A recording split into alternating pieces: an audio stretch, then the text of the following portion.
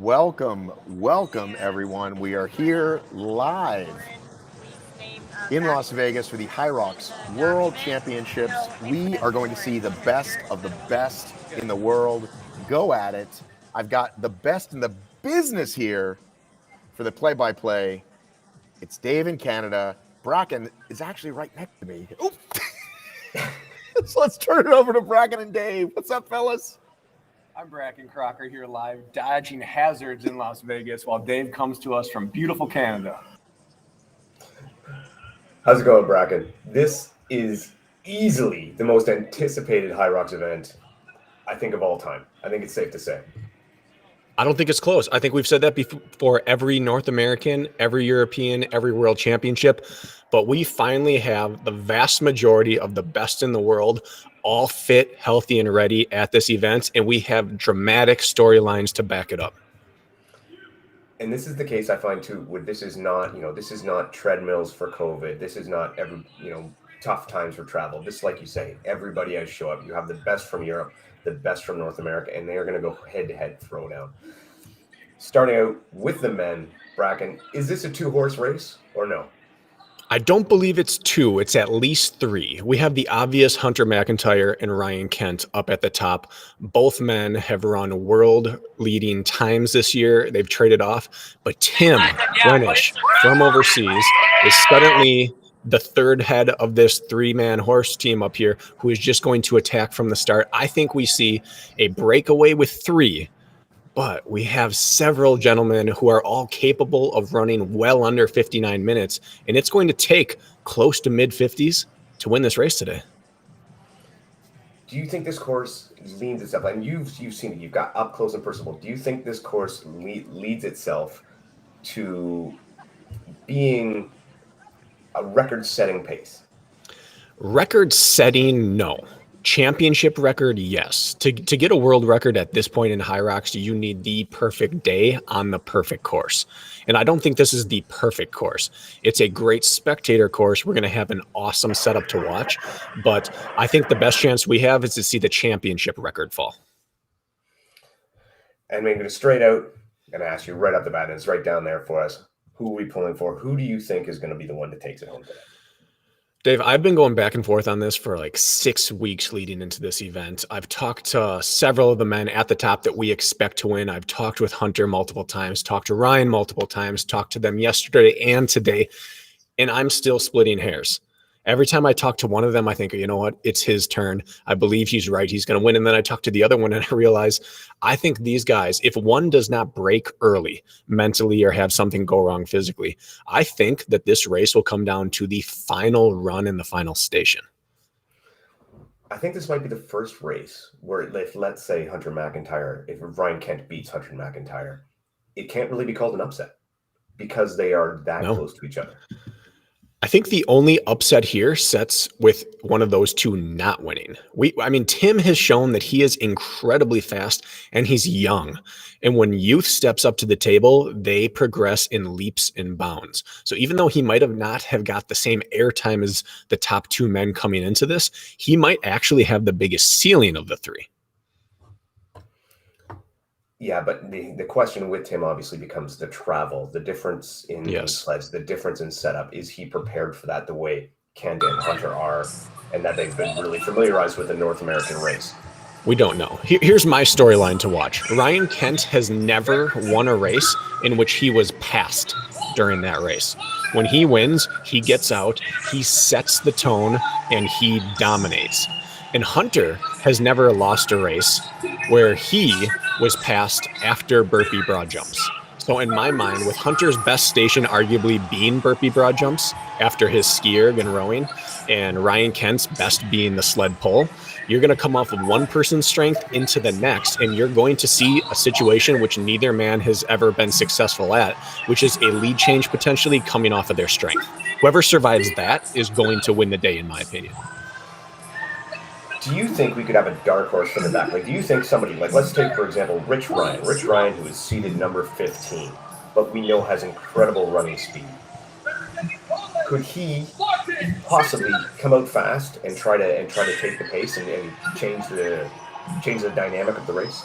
If Rich is the one who does it, it won't be from the front. It'll be back end. But what Tobias showed us last year is that we cannot write off anyone anymore, as in this race is over because Hunter's here, or Ryan Kent's here, or Tim's here. That doesn't exist anymore. We already saw the dark horse win it. Now we know what's possible. And so, yes, it is very realistic, but I do not think it can be from the front, because both Ryan Kent and Hunter McIntyre are such phenomenal athletes on the Skierg that you really can't beat them off there unless that is your profession. And we don't have any professional skiers in here. Well, we're getting a little background noise there. Dave, we have an interesting side story here, and that is that we most likely will not have a repeat champion on the men's or the women's side. Obviously, the repeating male champion or the defending champ would be Tobias, and he was not able to make the travel. Also, on the female side, the elephant in the room is what? Lauren Weeks. Lauren Weeks. Is Lauren elephant Weeks, in the room the right way to put this? Like that? That is probably a horrible choice of phrases there. However, Lauren Weeks is 8 months pregnant. There was some uproar when she competed 3 months pregnant. Now we're 5 months later. The important thing to realize here is that her medical team has cleared her for this. They've been in contact with Hyrox. Hyrox is on board with it. They have people standing by to make a game time decision if they see anything they don't like. But she's been giving movement standards, such as for her burpee broad jumps, that she is going to abide by in order to keep her baby incredibly safe. And that's where it stands at this point. She's going to go out there to compete until it's time to just complete. That's her mindset. And there's a precedent for this. Alicia Montano was America's top 800-meter runner. She's a multi-time Olympian, and she competed at the USATF Championships, outdoor track, 8.5 months pregnant, same amount as Lauren today. And so it's happened before at the professional level. And I think all we can do is stand back and applaud this incredible woman for what she's attempting to do. She is absolutely amazing. She's beyond inspiring, and she's just a credit to fitness and to her dedication and to her work ethic is unreal. We got here. How's the rock zone at this place? Is this a shorter rock zone? Will that lead us to faster times? The rock zone is very difficult to judge the duration because it's a maze inside here, Dave. You are turning constantly, and it makes for slower transitions, even if the rock zone is shorter. So now that was for the age group throughout the day. They have completely revamped this competition arena for the pro wave. So I actually have not seen in action, no one has, how this is going to work, because this is more similar to the, what was that called? The Elite 12 that they had in Germany on the treadmills where you all had one lane. That is what the style is going to be for today as we take a look at Cole Schwartz and Hunter McIntyre getting ready here. They have revamped the workout area so everyone has a lane that they stick to for the first the first three stations, and then they switch over to a secondary section for the next 5. So it is a much different style of transition today than we've seen in a long time. It looks like we're getting lined up for the start here. And the thing is, we're going to have more turns on some of the stations, like, for example, Farmers Carry. They'll be making more turns back and forth, and that could slow their times on some of the different stations as opposed to the classic for their back on the sleds. Yeah, for something like the lunges, it certainly matters less. But you're right, for Farmers Carry, to have to stop that swinging weight at your side, decelerate it, and turn around, that's damaging and it slows you down. People who love to get in a rhythm with burpee broad jumps, your rhythm gets broken more often because they're, again, doing it in one lane, and they're going to have to change directions several times. We are looking like we're getting right ready to go. We can see Hunter up front there. We see Dylan Scott on the side. Martin Michelius there. Everybody ready to go. There is not a weak link in this field. Dave, you asked me and I skirted the issue, so I'm going to throw it right back at you. Do you have a favorite here? Do I have a favorite as in who am I picking to win, or as a favorite at who I'm rooting for? They're off here in a second, so let's get a view of them and then give me one of each. And it looks like Hunter McIntyre out front. It is that. We're going to tough to see from behind one of the German athletes. That might be Tim Wenisch out front. There are two rumors here, Dave. The first is that Ryan Kent is going to try to get out ahead of Hunter and blast through the Skierg and the Sled so hard that Hunter cracks. And along with that rumor is that Hunter is planning to sit through the two sleds and get to work on the run after the sled into the burpees and out of the burpees. The second kind of under the radar rumor is that Hunter is going to fight fire with fire and try to win this race in the first 7 minutes. We haven't seen Hunter race like that in a while, but we also haven't seen Hunter out ahead of Kent this early, so there might be some credence to that. Yeah, he does. If Kent was planning to go out ahead, he has missed his boat already, unless he really intends to slam that skier. I believe Hunter is really going to put the pedal to the metal today. I think he's going to go out hot, and he's going to push the pace and see who can run with him. I think coming off his record-setting 55, he's just feeling that confident, and he thinks he can run these boys into the ground. That 55 is interesting because they had such a short transition area that it could be a little bit seductive to read too far into the time rather than look at the situation. Now, that's Ryan Kent right behind him here. So it looks as if Kent's moved up, sitting right on his shoulder. If he wants to make a move, he'll be able to do so at any point. But actually, that's not Ryan Kent. That's not Ryan Kent. What I'm interested to see is something that has come up in several conversations with these athletes throughout the weekend, which is there doesn't seem to be a zone 4 in a lot of these Hyrox stations. You're either under control or you are tipped over, and it's a matter of like 1 or 2 percentage points of effort. And so when you get amped up the way you're amped for a world championship, it can become a little bit too easy to misinterpret your effort and then wind up in a world of hurt far earlier than you want to be. And to back up what you're saying, the closest thing these guys are going to get to a rest or to a lull is the row. So 1,000-meter row is going to be the closest thing they can get to a break.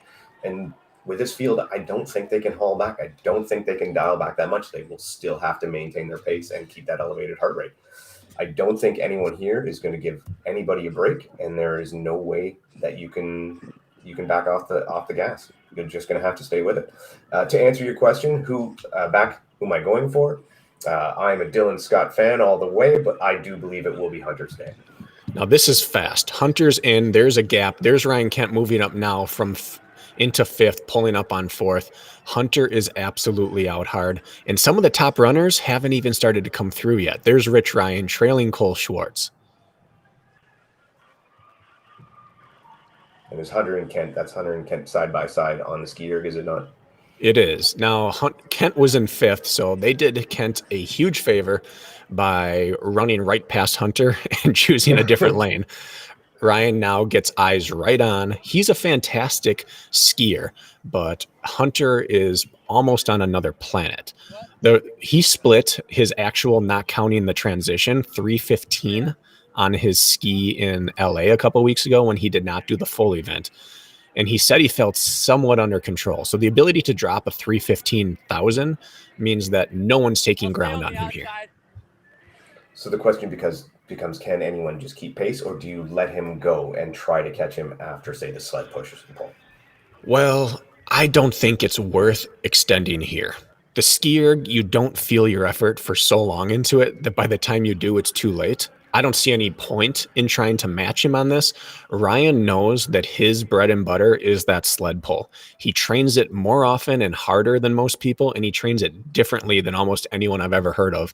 And he's so confident in that weapon that I think that's where he relies to catch up whatever he might lose on this first station or two. And I think, everybody has to remember, this is essentially round 2. You take the run, and now we're on to the skier. Round 2 of a 16-round fight. Yes. You need to pace yourself. And I think every one of these guys is smart enough to realize that. But every now and again, you get caught up in the moment. Yeah, there's that old adage, you can't win the race in the first mile, but you can lose it there when talking about a marathon or other long races. And that's how the Skierg in the first 2 runs are. You can't win the race there, but you can absolutely lose it there. Hunter is being far more aggressive. Even his cadence on this Skierg is faster than we're used to seeing. Yeah, he definitely has that pace picked up. Now, what would you suggest would be a good time for them to be hitting here? What do you think would be a goal to be coming out of this? The pace on here, the top guys are going to sit 3:25, 3:30. And that's just already head and shoulders above the rest of the pack. There are only a few guys in the field who can not comfortably, but sustainably ski under 330 and still have some run left in their body. Now, let's say you were somebody like Martin Michelius, a very powerful man. Maybe doesn't have the foot speed of some of these guys. Would you try to make that early move and come out ahead of here? I mean, you have to. You have to roll the dice a little bit when you know that running isn't your bread and butter. You have to make it up on the spots that you can. I still wouldn't push on this machine, but I would use that power and that length to be able to match them on what they can do while using a whole lot less energy so that I can then put that energy into some of the power stations coming up shortly. And again, just to reiterate for everyone watching, this is a 1,000-meter run they've been through so far, and now they are on a 1,000-meter skier. And there goes Hunter. So Hunter, first off, get a clock here on how long it's taken Kent to move back out. We're going to be looking at about 15 seconds, I think. I mean, that is a massive jump to start out with.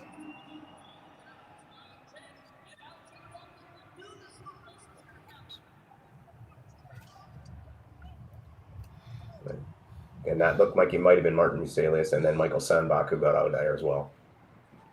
Yeah, that is Martin and Michael.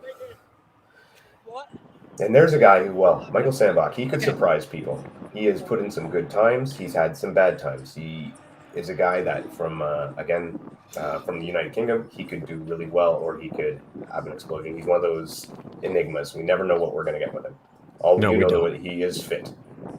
There's no slouch in this field. This is a field of absolute monsters. And we're going to see the same thing on the female side in about 20-25 minutes from now. There are no weak links here. And so it really comes down to who is the closest to top fitness possible and mentally able to handle this type of competition. The travel is always an issue for people coming from overseas. And putting the championship at night like this means that they have to spend all day long avoiding letting those demons run in free. Now, what kind of pace would Hunter be running here for the people at home lane? It's easy to say, oh, he looks comfortable, he's running at a good pace, but I don't think a lot of people quite understand exactly how fast he's going.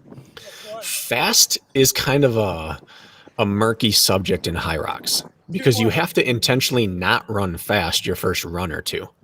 And eventually it gets to the point where it's taken you 5K effort in order to try to run marathon pace. So the top guys are getting out just faster than their marathon pace, and then they settle into that. By the end of the race, everyone's still running somewhere between 5:30 and 5:45 pace, any of the contenders. So while it's not blazing fast, they're doing it just smashed legs. We have some stats here, Dave. Let's see it. First ski. Now, I believe this includes some transition, but we have 3:32 for Hunter. 3:41 for both Ryan Kent and Tomáš. And then we have 3:45, 3:46, 3:48, 3:54 for Alexander, Dieter, Tim, and Holger. So it looks like Hunter and Kent and then a lot of the Europeans are really coming off that skier well. Whereas it seems maybe some of the North American men are sitting back a bit more. Hunter came in with about a 5-second lead on Kent and put 9 more seconds on him just on the ski. Which is exactly what that dark horse rumor said, which is Hunter's trying to end this in the first 7 minutes. No, I said he's going to put the gas down and he's going to hammer. I believe his confidence is soaring, and he has I want to say revenge in mind. He wants to prove that this is his game, and it always has been. No one does obsessive like Hunter. When someone beats him, that person goes on their wall and does not leave his mind until the next competition. Now, interestingly, here in the standings, we have US 1-2, and then we have Czech, Germany, Austria, Germany, Great Britain, Germany, France, and then in 10th is the next US athlete, and that is Dylan Scott. We only have 2 athletes in the top 12 from the US. The overseas contingent is totally making up the chase pack right now. And I mean, we don't have a lot of U.S. athletes in there to begin with. You have Hunter McIntyre, Ryan Kent, you have Dylan Scott, Rich Ryan, and Cole Schwartz. Yes. So now five of the 15. Your dark horse, Rich Ryan, is in last place coming out of the Skierg. I didn't say he was a dark horse. I just said he might go, run fast. He is a Oh, very fast runner. No, he is. And he is fully intending to work in the second half, as is Dylan. Dylan's quote was, "Let the engine," as Hunter throws his hands up to the crowd coming into the sled. Got a clock started on him. Dylan fully intended with his quote to let the engine announce itself in the second half. And I like that Hunter's breaking early here. He's not letting the lead and the intensity get to his head. Kenton second, and he is 18 seconds behind right now, possibly 19. Now, Kent is amazing on these sleds. He really is. Hunter's no slouch, and Hunter is in the most beautiful position you can be in Hyrox, which is being able to relax on the sled if you want and not lose your lead. He can relax 18 seconds worth of sled work and still come out a second ahead, whereas Ryan has to make his decision, when do I start using a little bit, go to the matchbook a little bit earlier than I'd want to. Yeah, and what you're not seeing here is you're not seeing Kent yet push Hunter. He's not got close enough where he can make Hunter panic, make him want to go faster. Now, this would be interesting here to see if Kent keeps going or if he stops and pauses. So I have a time on when Hunter turned around. We'll see if Kent's made up or lost any amount of time here. But right now, it is looking like he has lost more time. He's pushing unbroken, but I don't think he's moving as fast when he's moving as Hunter is. So he has lost some time already.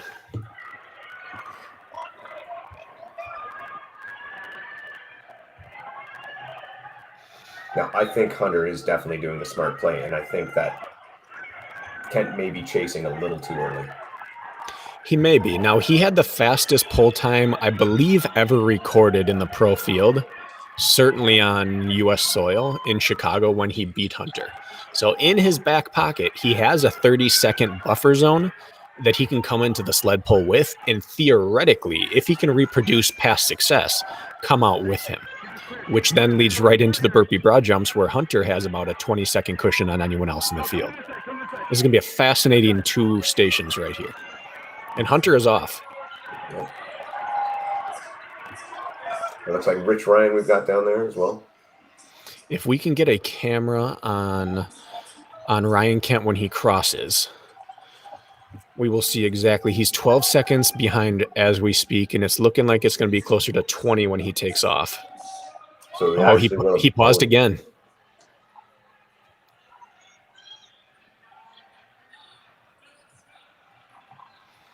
He's looking like he's just about to cross the line now. And it looks like someone else took off ahead of him. So we are a full 30 seconds behind now. He came in 18 seconds, 19 seconds down and lost 11 or 12 more right there. So Hunter's plan so far is going according to plan.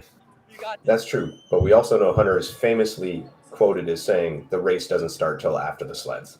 Correct. Now, for everyone at home, the carpet update, the sled update, everyone always wants to know what the situation is because we have that classic battle of continents here, which is the U.S. athletes say the sleds are much harder here, the poles are lower, the stack is higher, and the carpet is worse. And overseas, they say it's nonsense. We're the reigning world champs. Come and get some. Well, the setup today is that we have U.S. carpets. We have slightly different sleds, but we have higher poles. We have the European poles imported for today. So it's kind of a middle ground, a meeting point for the 2 continents to see who really is better at the sled. So I'm very interested to see the breakdown of the top 12 before and after the sleds to find out where do the strengths truly lie. It looks like that was Martin Michelius coming off. Now, how does that higher pole, how does that give you an advantage? How does that differentiate?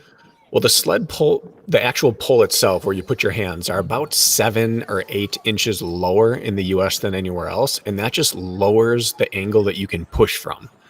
It creases your hips or pushes your feet out behind you, which gives you worse traction, and then the higher stack height of the plates means that it's harder to get your chest low to the plates. That keeps you higher. It really just changes your launch angle is what it does. So with the higher poles today, we experience the European height, and with the carpets and the sleds, they experience the U.S. Traction. So you can see them setting up the ropes then for the sled pull for next, and Hunter's still just coasting here. And as a refresher for those at home, it is down, back for both sets of sleds. You're looking at 50 meters with a 375-pound sled push. And then 50 meters, I believe it's a 275 for the pull. 265 possibly, but the sled itself is going to be at least 100 pounds. So those are the weights in addition to the already 100-pound sled.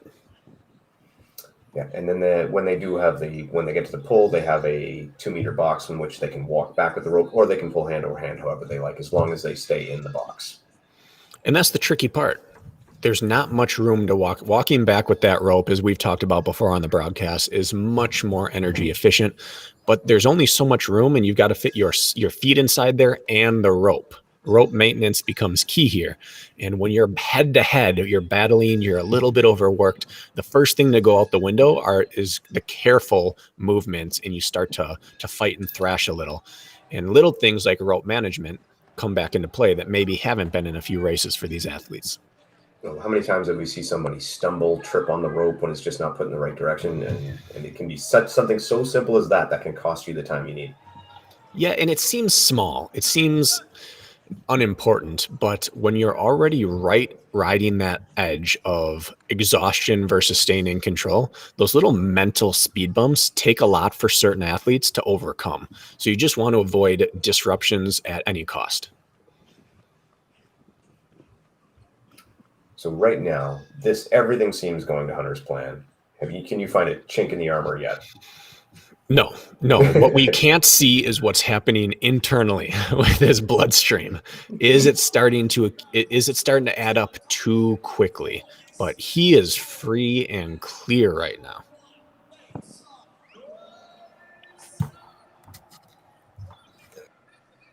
Sled push is not coming up. Chase pack is well behind.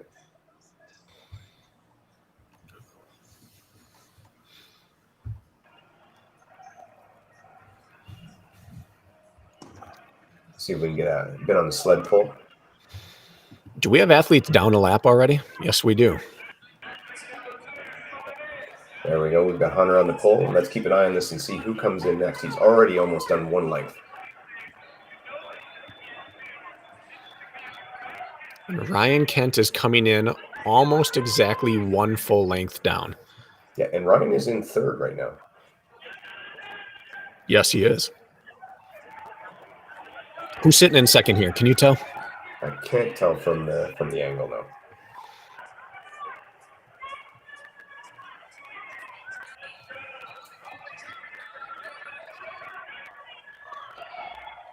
This is the point right here where Hunter has to be, and the chase pack as well, but for different reasons, where Hunter has to be calming the demons inside, the ones that want to say, step on their throat right now, step on their throat right now.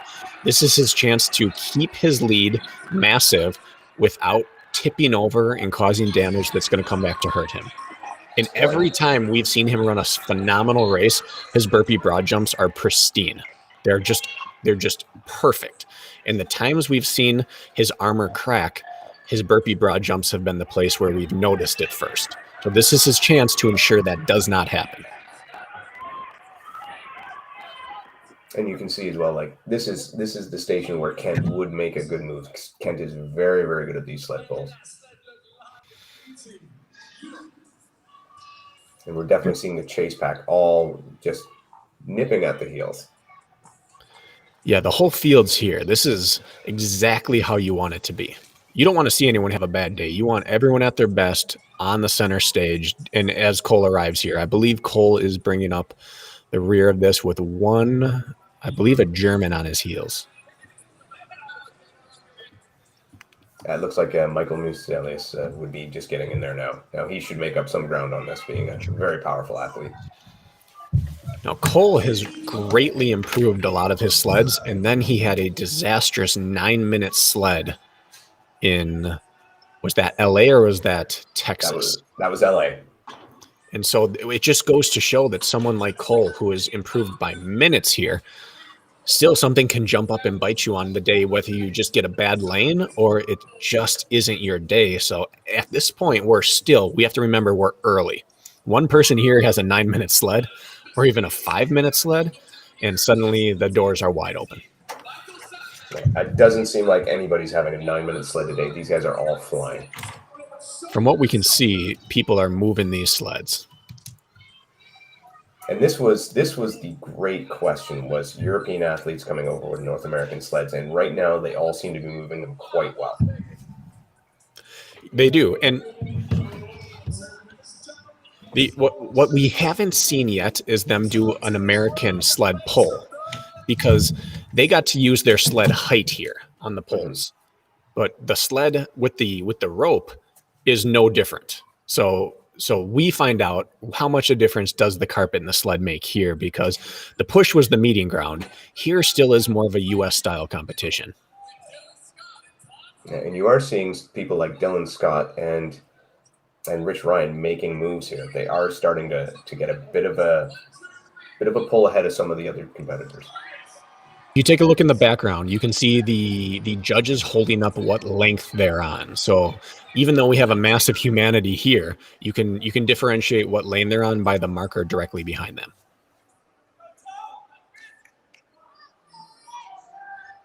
Yeah. As expected there, we see Martin. He has taken a little bit of ground away from Cole. He's just such a massive man. Oh, he's just a legit beast.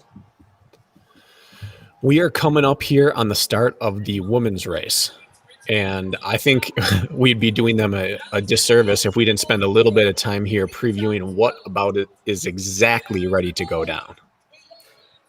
Well, I'll tell you what I'm excited about in this women's race, and I want to see, we saw it over in Europe head-to-head, and I want to see it again. Miriam von War and Viola Oberlander going head-to-head. Those two are completely opposite ends of the spectrum from athletes, and they create a great race. I want to see if they get to the wall balls and Miriam is within even 20 wall balls of Viola, it's still a race. Yes, Miriam is unbelievably strong on wall balls, and their seed times are 104.20 and 104.56.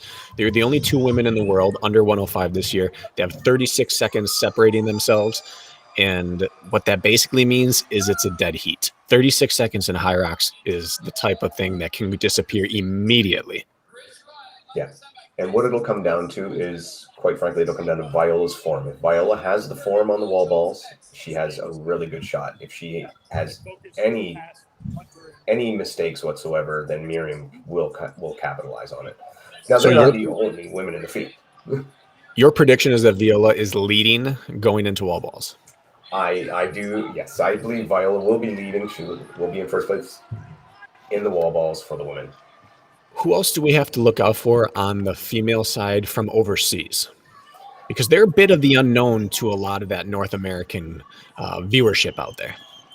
Someone that really has been around for a while. She's definitely a veteran of Hyrox and is a powerhouse. So if the sleds are at all a problem for some of the other European women, they shouldn't be for her, is Sarah Colty.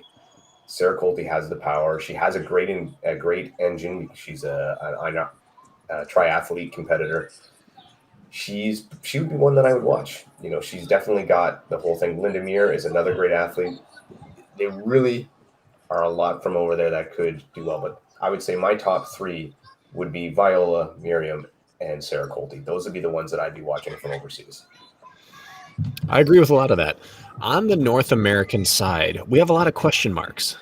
We have Camila, who is relatively new to all of this and has made great leaps forward. Rumor on the street is that she has a go-to test workout that she does, and she did it 4 minutes faster than she did prior to Chicago when she won 1:10. So her predictor is that she's in phenomenal shape. We have Chris Roglowski, who is just winning everything in sight this year and is going to do a massive race that's on the total other end of the spectrum tomorrow. Alyssa Hawley might be the ultimate underdog. And then we have people like Rachel Van Der Eck and Tara Jackson who have just put on shows this year. And that doesn't even touch Alondra Greenlee, who came out of nowhere, the doctor from New York, to just shock everyone earlier this year. And you can see Hunter coming in. He's a lap ahead. We just saw Dylan Scott cruise by. So Hunter is a lap ahead of much of the field.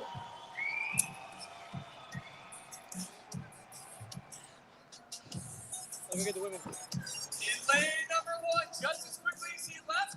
Now he's back. Mr. Hunter can't take all the glory. Here we go, Hunter on his burpee broad jumps. Now, you mentioned Hunter's form. When he's feeling good, it's on point, and this is looking on point. Yeah, he stays low. He springs forward. The moment his feet come up, he is up and moving, and that's what we're seeing. And we see rhythm get broken here, which for someone like Hunter is a little bit distracting, but it does provide him that 1 second to get one full breath. Because as you can see, his diaphragm never unclenches here. He is bent over. He is face down. He doesn't even lift his eyes up. Now, you're seeing him do this technique. We see other people will do the step forward, and there's Ryan Kent come in now. We see other people will do the 1 step forward and then jump with both feet. Yes, which is Ryan is testing now. Ryan tested this out yesterday. So he thinks that it's going to save him a lot of time. We might see him shuffle back and forth between events, but it's allowing him to put a little bit more into his jump rather than having to spring up into the jump. Can you imagine changing technique night before the World Championships? Oh, oh, and that's a tough one right there, where he was just on the edge of it and just didn't get across the line. But Hunter out is already out. Kent halfway done, Hunter gone. And this is demoralizing for Kent because everything he intended to do was from the start. So what we don't know is, did he have a backup plan? The old Mike Tyson, everyone has a plan until they get punched in the face. Well, Kent's been punched squarely in the mouth right now. And what does he do now? Does he have a backup plan that he's equally confident in? Or does he have to start, thrashing away and taking chances? And I believe that is Tim in the white. Yes. And he's looking very steady. He's got through the sleds, which I thought may have ended up being a problem for him, as he's not as big an athlete as Ryan or Hunter, but he's looked like he's held great pace, and that bodes well for him for the rest of the event. He could come on strong later on. He's light on his feet. He's efficient with his functional movements. He's someone that you don't anticipate to lose any ground in the back half. He's got through his nemesis now. He's done the two big question marks. As we see Kent starting to slow down slightly, Tim should be someone who continues to close. Ryan Kent might very quickly be turning from do I catch Hunter to do I get caught. And you saw over on the side there, we had two of our dark horses, Rich Ryan and Michael Sandbach, both moving up the field. Yeah, and Rich is doing that half jump, half step up as well, which seems to be gaining popularity on the male side. We've seen Lauren Weeks do that for years now, but now a lot of these men are starting to. Yeah, Tim is doing it as well. And Hunter, we could be replaying this on a loop from his first two runs. There is no discernible difference yet in how he's attacking the run portion of this competition. No. He definitely looks that smooth, easy cadence that he's done from moment one of this race. Hunter is one of the rare individuals who is big, strong, massive, but runs with great cadence. A lot of his work early with Richard Diaz, combined with his natural engine, turned him into kind of a turnover machine. And when he's churning his arms and legs at the same time like he is right now, that's when things are clicking for him. When he starts to swing hands a little too much and feet starting to drop, that's when we know he's in trouble. He looks like he is not in trouble. So we got Tim and Alex Roncevic heading out in third, pretty much tied for third, shoulder to shoulder. Interesting, this race is going to seed right now. The seed list of the race is the list. Hunter was seeded first, Ryan Kent second, Tim, then Alexander, and that's exactly how they're running. The biggest change here is that Alex isn't a minute down from Tim. Alex is running right on him. True. Now, I would think, though, in this scenario, we're going to see Tim pull away from Alex. I think on paper, that would make a whole lot of sense. Alex would have had the advantage on the power-based sleds, and Tim gets to use his overall engine and athleticism now. And I think you're going to see you could see some people still on their burpees broad jumps, and women are just about to take off here. Let's focus on that. Yeah, the women are off. I would expect Viola to head out quick on this. But there's Lauren Weeks. The more things change, the more Lauren continues to lead the women off the line. I don't Now, think I've ever been more impressed by somebody. My wife ran through all 3 of her pregnancies, but her pace notably dropped in that 3rd trimester. Lauren looks the exact same in her stride as she's always looked. This is wild. Who knows how long she does this for? She knows that on many of the stations, she's going to have to tone down her movements in order to be safe. So maybe this is just, listen, I'm going to rip up the runs today, and then I'm going to go cautiously and have fun at the stations. Well, she is definitely running well.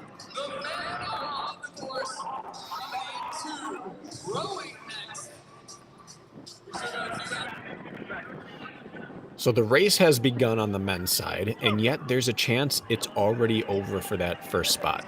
At this point, people are now starting to send up Hail Marys. You know, Matt over here giggling in the corner at the Hail Mary, but it's true. All the best laid plans are now done except for hunters and the chase packs. Everyone else who is thinking I have a chance to win this are now starting to have to make actual business decisions of how crazy do I need to get on these stations to have any chance of clawing my way back in. Whereas the women are just starting out the day, and it remains to be seen what strategies they're going with. Well, quite literally, Hunter has punched him in the face. And now it's time to see what your real plan is. Yeah, and Hunter could not be happier at this moment. He's the best rower in the field, and he's first into row by a landslide already. So does he let off a little bit here and rest to make sure he doesn't bunk, or does he maintain and go with his power and just try to extend that lead? I mean, Hunter pushes the button and he keeps it pushed. But at the same time, he's no fool. He knows that he's done everything correct, and the only way he loses now, kind of like what we said about Kent last time we were on broadcast, the only way the loss happens is if they initiate it. So he knows that he can press the issue, but he cannot tip. And it looks like on the women's side, Chris Ryglowski has jumped up and taken the lead. Ryglowski. Kent's in, still holding on. We're going to see how far back Tim is now. Because Tim's good on the rower and he's good on the run. We'll see, was he able to eat into this lead at all?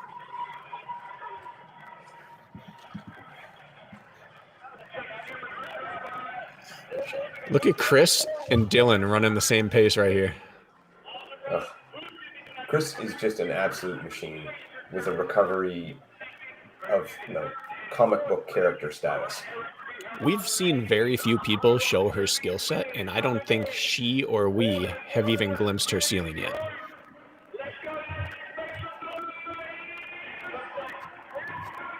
And I think what Chris is doing here is a good move for her. She has great running, and she might as well take it out and really see if she can burn out some of the other women on the run. Chris Ryglowski is known for not being the red line racer. It's something she's working on more, is getting to those dark places, but she doesn't often do dark during races. She stays kind of on the light side. So I love the fact that she's inserting herself into the race. And there's Tim. Now that's a big gap. And Alex Roncevic stayed right with him. They are yes, side he by did. Side. Alex is getting a bit quicker start on the roar, but a bit of a foot adjustment. Did you see that? Tim came in and strapped down right away. Alex got the wheel spinning and then strapped down the foot.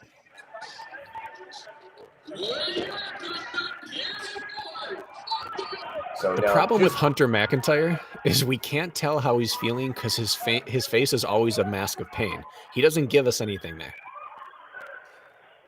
The thing about this, looking at Tim and Alex, this is a scenario where you would think you would see Alex really pull ahead. And it looks like Michael Sandbach is over in fifth on the other side there, right on the other far end. And Rich Ryan coming in sixth. Michael Sandbach, if that is indeed him, was the second to last ranked, with Rich Ryan ranked last. And I believe Dylan Scott has just came in as well. So the dark horses, the underdogs, are rolling. Hunter's off. Let's see if we can get a clock on roughly how big his lead is here. Race clock in our upper screen is 45:20 when he left. That's obviously not full race clock. That's stream clock, but 45:20. Now, on the women's side, who do you think? I know Rachel Vondrack puts in a heck of a skier, and I think she could definitely make some ground on this skier. She's just an absolute powerhouse. The amount of watts that woman can produce is freakish. And yes, I would expect her to go to town on this thing. And the women's field came in there in a big pack. Like, they were very much together, although Chris leading the way. But I think it could turn around as they come out of here. I think you could see maybe somebody like a Sarah Colte, like Rachel Vondrack, somebody maybe even mirroring with that kind of a CrossFit power background, just more power athlete, make a move here. But how long will that last? Well, let's not forget Rachel. She is a champion.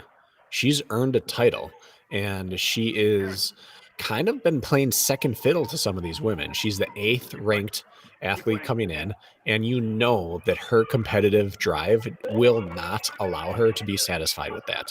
She has beat most of the women in this field and is confident that she can pull something out like that again. And there we just had Kent take off now. He's off on his run. So he is a minute and 35, a minute 36 behind. So he lost roughly 10 more seconds on that row and transition into and out of the straps. This is the problem with chasing Hunter, is he is spectacular at all these stations. Yeah, he doesn't really have one where you can say, "Oh, I'm gonna make up some ground on him here," because it doesn't exist. No, he is debated in trying to go after the Olympics twice in his life, and one was with rowing, and the other was with sprint kayaking. So the man can pull, and you're just not gonna find space on him to eat into his time when you get to this back half. And as you can see, it's very obvious we do right now still have Hunter, Kent, and then the rest of the field. We have someone off the Skierg here. Is that Rachel, I think? We have a second off. There Third, goes fourth. Chris. Was that Chris? Third. Yeah. That's good. Alyssa Hawley. Those women were very tightly bunched. We didn't have that initial Hunter blast out. No. Go around on the other side of the team and go get her real quick. Just do whatever with the camera.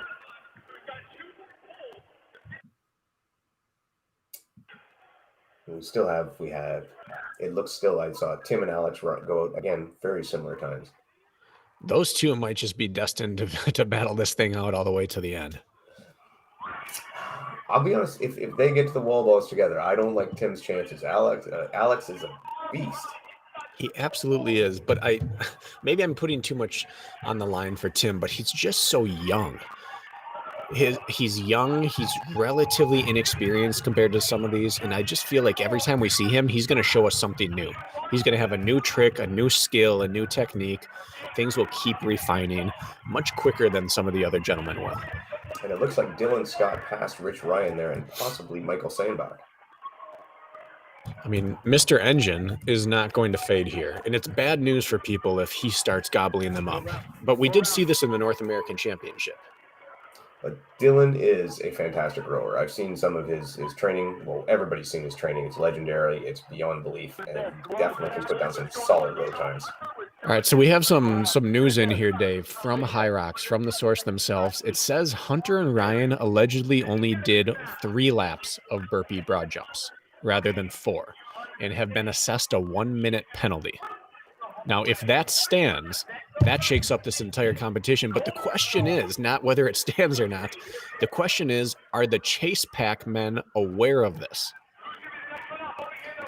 Well, I think that's one of those situations where it helps to have a coach. There's Hunter already on the farmer's carry. So interesting. Now, that is very big now. And even if this will be a tough question, is that the fault of the athlete or is that the fault of the judge on that particular scenario? I don't know. They've gone with a different judging style here in order to have more pleasant viewing. They don't have judges progressing down the lanes with you. They have judges at either end. And so if one judge was on the far end and they couldn't hear the judge, or the other judge at one end was not on the ball, there's a chance that's what happened. There's also a chance that You get race numb, you get tunnel vision, you can't hear, and you're just making a decision in the moment, and you're not even aware of outside noise, and you're just churning through and you're gone. That race brain is real. I mean, that's why you need those counters. I obviously go ahead, Bracken. Well, we've seen it in car racing all the time where there's a wreck ahead or someone goes, hey, they just crashed. They're in the pit. Go, go, go. And people make breaks. That's the same kind of thing in a Hyrox. That can change your entire mentality going from, oh my goodness, he's taking time on every single station suddenly to, hey, Hunter's got 1 minute penalty. Ryan's got 1 minute penalty. There's blood in the water. Go, go, go. And that can completely reinvigorate someone's race, especially someone who's already determined to be a chaser, knowing I don't have to catch them. I just have to get within a minute. And there we saw Lauren running step for step with Alyssa Hawley.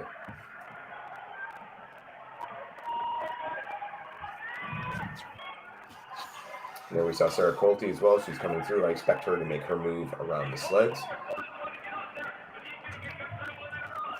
I don't think that I can put into words how incredible Hunter's performance has been thus far. Because even if he did one lap too few on the burpees, Ryan did the same, and there was probably equal money on these two in Vegas this week. So the fact that they both have done the same amount of work thus far, and Hunter is just well free and clear, is astonishing. Yeah, well, I mean, Hunter is well gone off this. He was done his farmer's carry by the time Ryan Kent started.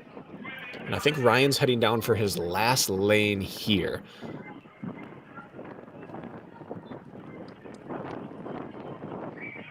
Nope, he's got another round. Oh my goodness, this lead is just growing and growing. Now, that being said, we don't know if people are all doing the right amount of laps now.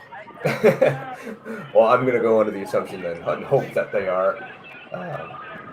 You don't want to see it. You don't want to see the officials play a part in any championship event. You want it decided on the field. That doesn't mean officials can't do their job, but you just don't wish that upon the athletes. You want to see free and clear racing. You want to see it all above board. And we see, is this Dylan here trying to go past Hunter? Dylan just passed Hunter. Now, I mean, he is probably a lap or two behind. Correct. But the fact that he's making moves means that that man is in hunting mode. And you can see there's Tim on his farmer carry, Alex right behind him, and I believe Dylan over on the side. So these guys are really going to battle it out for third. Ryan Kent off. And Michael Sandbach there as well. Oh, sorry, that's Michael Sandbach ahead of Dylan. So we have the women finishing up the run and getting into sled now. So we're going to see some very interesting sled pushes.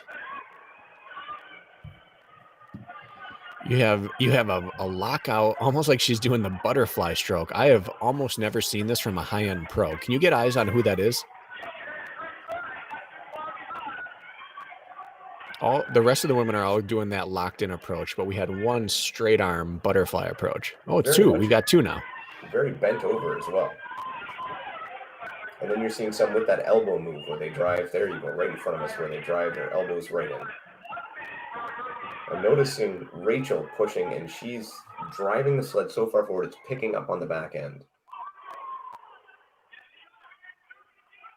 I think that might be causing it to actually dig in more. It might be causing her more trouble. Yeah, this is something that when I was watching earlier in the day, I had a few athletes out here I was excited to watch, and then I was generally curious on how the sleds would move here. You can see not all of these women are using the top of the sled pull. They have these taller handles that they're not used to, and when you use the very top, it can kind of tip down that front edge, and eventually, this is how I saw it in the doubles as well. People after the first length started choking up on the poles a little bit and getting lower so that they could get back to a height that was more manageable to them, which is not something I ever expected someone to complain about, was that the poles are too high. Yeah, I actually am a fan of that elbow move because you were able to maintain that same angle and grip with your shoes, but you get a lower push on the sled. Yeah, I think that this is the perfect opportunity to use that. And who was that we got going up first there? That was... We have a European... It looked like we had a European either in first and second, and it might possibly be Camila.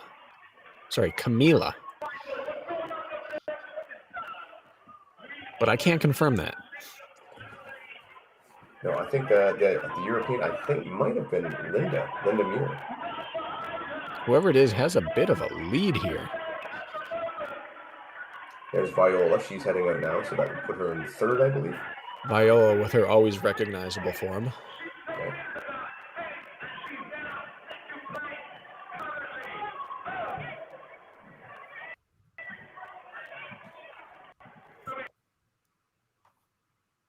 Still, we got men on the farmer's carry still.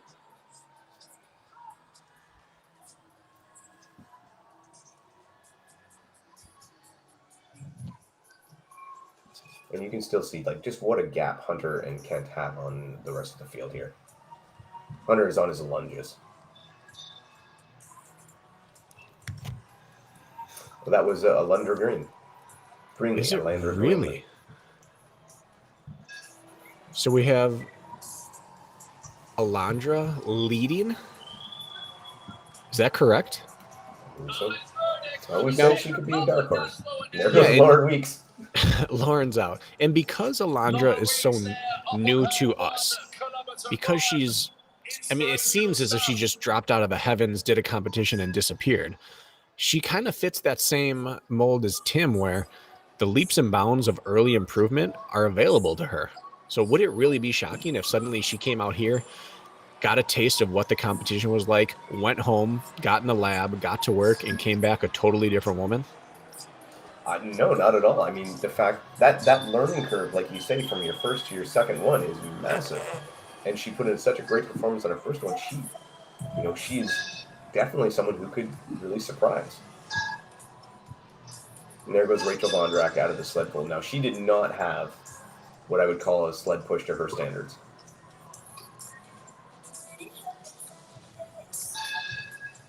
And what we don't know is what anyone did in training up until this point. Are people coming off injury? Ryan Kent just started to feel better after being sick all week. You know, what is happening so far that has led to this? And again, we still see Hunter just cruising along with the lunges. If, in fact, he does get a 1 minute penalty, I don't think it's going to affect him in the least. At this point, he could win a world championship with a 1 minute penalty. And that's mind-blowing. Of the chase pack, Dave, is there anyone with an opportunity? Because all that's left after this are wall balls. Is there anyone left who can put a minute on Hunter on wall balls? Not a chance. Maybe somebody like Roncevic or Mark Michelius could go unbroken on wall balls. Maybe if they had enough left in them. But I don't think. I mean, I could see Hunter maybe going 60-20-20, and there's no way you're going to put that much time on him if he does that. Yeah, and realistically, I don't think if he goes unbroken, he makes up a minute. Hunter's that good. Hunter's only going to break 3 times, I think. We have Faye Morgan chiming in, a real recognized reel here, watching Lauren Weeks crush. No. What Lauren is doing is just unbelievable. Yeah, I talked to her a bit yesterday, and I asked her that question that I alluded to before. Are you here to complete or compete? And she said, I'm certainly going to start out competing, and I may go back and forth between the two on stations as needed, but I'll let my body tell me when it's time to just switch to completion. And as of right now, that girl's competing. And if you noticed here, Roncevic has put a little gap between him and Tim.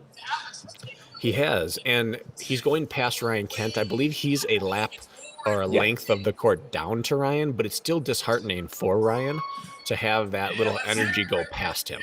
It doesn't inspire confidence knowing that these guys are chasing me and they're moving faster than I am. Yeah. This is where that 1 minute penalty, who knows if they're aware of it. If Ryan knows about it, it's devastating mentally. If he doesn't know about it, it's really going to come into play because he's thinking, okay, maybe I'll switch into maintenance mode and just hold these guys off. Here we go, Dylan Scott. And again, Michael Sandbach and Dylan Scott battling it out for that 4th, 5th position. Tim doesn't look bad either. No, he's moving really well. He's in between 2 monsters of humanity here, but he is not looking out of place. Is that Rich? Do we have Dylan here? Do we have eyes on Rich Ryan yet? No, that's Dylan Scott.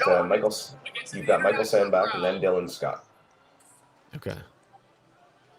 Are the women into the poll here? First one in.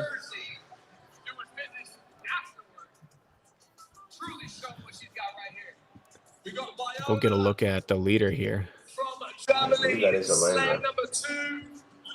Alondra in first Linda Meyer with in sled Viola. number 2. Is Viola over on the far side there in the full tights? So we're looking at Alondra, Linda, and then Viola. I'm sorry, is it Alondra or Alondra? I apologize. Alondra, yes, Alondra. Either way, it's Doctor. It is Doctor.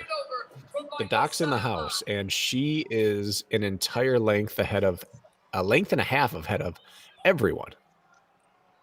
And she's going hand over hand here, Dave. You do not see that a lot. So it's like she does hand over hand for a few, and then doing the walk back.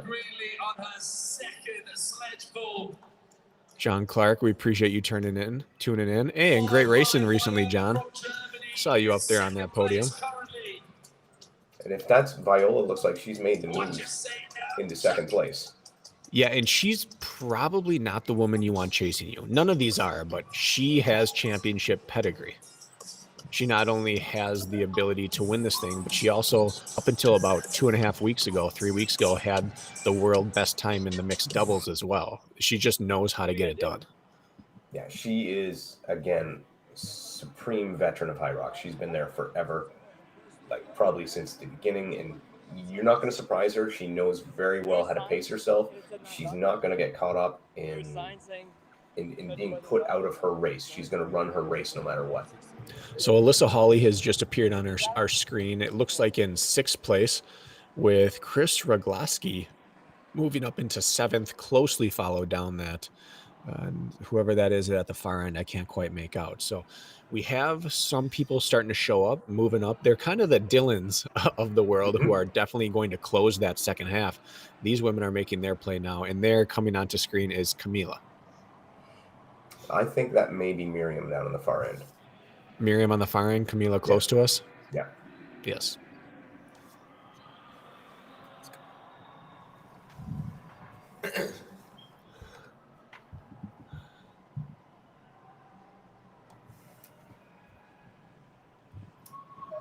What kind of cash are we looking at for this bracket? What's the payout? What are we racing for here, man? 16,000, I believe. 16,000 for first place. That's a good payday. That'll do. It's not a bad day. Head in, put it all on red or all on black, double it up right away.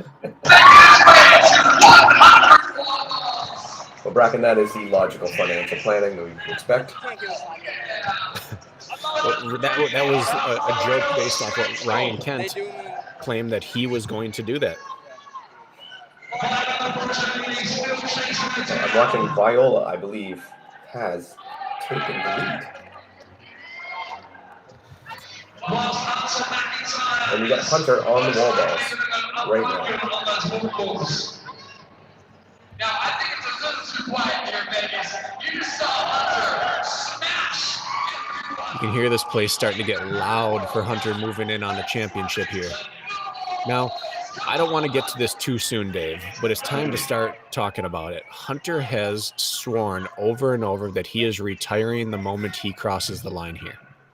Not from competition for good, but for kind of the way that Lindsay Webster announced her retirement, retiring from being a full-time athlete. The wear and tear on the personal life, on the mental health, on the body physically, it's been over a decade for him, and he's claiming it's time to move on. But win, lose, or draw, he was going to leave the full-time competition field, and it looks like it's going to be a win that sends him out. Short of herd of rhinos coming through the venue and running him over, I don't see much stopping him. But yeah, I actually believe him. I believe he is going to step away. I think he has so much going on that he will take the time and he will step away and focus on other business interests. The thing about it, though, is going out on top like that just makes, in my mind, I think that makes it easier. It makes it sweeter. Going out as the champ, I mean, we all see it in professional sports. when they go out hoisting the trophy over their head. That's the way to do it. Yeah, and he's doing it on home soil. Maybe not his home state, but he's doing it in the U.S., where a lot of the people he knows and who support him are here. He gets to spend the rest of the weekend celebrating with them. I don't think he's gone for good.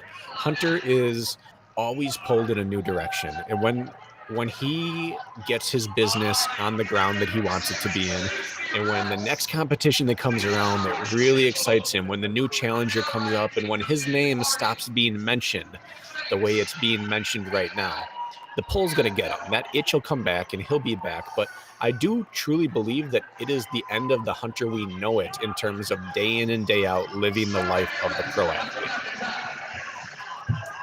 And I mean, let's just think back to the last World Championship. We were seeing Hunter off the podium. He's dedicated this year. This is a different man than we saw in 2021. Yeah, I think it eats at him that he has 2 stains on his resume. Now, it's not a stain in the sense that the average athlete would ever consider, but to him, to a man who demands perfection of himself, those are stains, ugly stains on his resume. And this is the best way he knows how to remove that stain. I'm not sure of his count, but he's got to be getting close on this. Kent again, going. Now, this is important because Ryan Kent is approaching the 1 minute mark of being in the station, which is imperative that he has minimum 1 minute so that he is guaranteed at least the chance to hold on to second place if that penalty is indeed applied. 3 more reps for Hunter. 2, 1. Last rep. Hunter, arms in the air, crossing the line. That is your Hyrox World Champion for 2022, Hunter McIntyre. Possibly his final race. And banging the gong. Hunter McIntyre puts his stamp on a career that, even if it does truly end today, is unparalleled in the scope, in the variety of the multiple styles of competition. We've never seen an athlete like Hunter McIntyre on this planet. And if they existed, they didn't exist in the time of this type of hybrid racing. When it comes to well-roundedness and hybrid racing, there is no one that can touch Hunter McIntyre. He is in a league on his own. And right now we have a ton of guys in the wall here. Kent is still there. We got Roncevic and we got Tim beside him, and that looks like Dylan Scott. Or no, that's, I believe. There's Douglas McIntyre up on the stage. He's got his dad there. I mean, do dad and mom come up on the stage if this isn't a retirement? Dylan is indeed sitting right there on wall ball, it looks like. And now we need to start the clock. Kent is moving up on the end. He's probably around 60 or 70, and then the clock starts. And Roncevic and Tim are just moving so well. Without the penalty, Hunter McIntyre is sitting at 58.05 right now. So another sub-60 effort. And Hunter back in there cheering him on.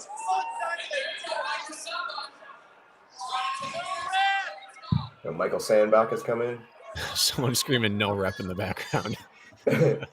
Someone has a friend in a different lane and they want that official on it.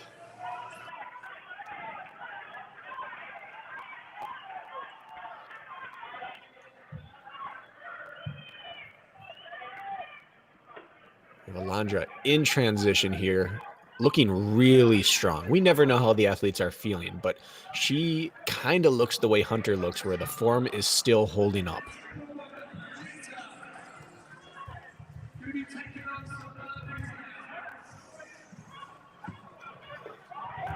All right, Dave, start your clock. Ryan Kent is off. Ryan Kent, possibly second place world championship. We will see. One of the things about after the fact penalties is they can't take away this moment from him. He crossed the line in second. The full weight of his exertion is on him. He's in the moment. I don't know if he's happy or not. I can't tell if he's destroyed or distraught, but whatever it happens from here on out, he has this moment seared into his mind.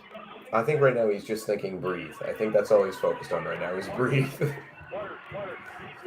From the women's perspective, it looks like we have Alandra, then we have Linda and Viola running side by side. Now, without seeing Alandra's body of work here, we don't know her skill set. I know she has family watching this, so please feel free to message us on this stream and let us know what she's like, because we don't know what she's like on the back half of this course. We don't know how she rows. We don't know what kind of burpee broad jumper she is. We don't know if she has grip problems on farmer's carry or if she smashes it. We don't know if she's going to go unbroken at the end on wall balls or if she's just potentially going to have an issue there. So we really don't know what to expect when you have a dark horse leading. And there's Alex Roncevic crossed in third. I believe he was more than a minute behind, but it's going to be close, I think.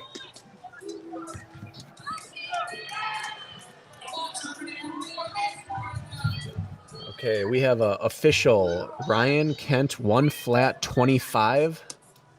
Alexander Roncevic 1 flat 38. So I'm wondering if they've already put the penalty in, because he was not 12 seconds behind him, was he, Dave? Yeah, I would say you're right there. So my guess is Hunter was 57.05 and they added in the penalty, and Kent was 59.26 and they added in that penalty. Otherwise, we were way off on the video and Alexander was only 12 seconds down.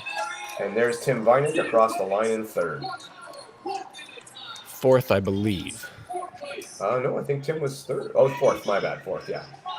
So Tim did his absolute best, but Alexander was able to hold on the runs and use his strength to power through and claim that final podium spot. But Tim proved that he's the real deal. Yeah, and I think Alex played the game where he stayed with Tim, stayed right with him, and tried to take him on the wall balls, and that's exactly what he did. In and here terms comes of Dylan Scott. Just astonishing.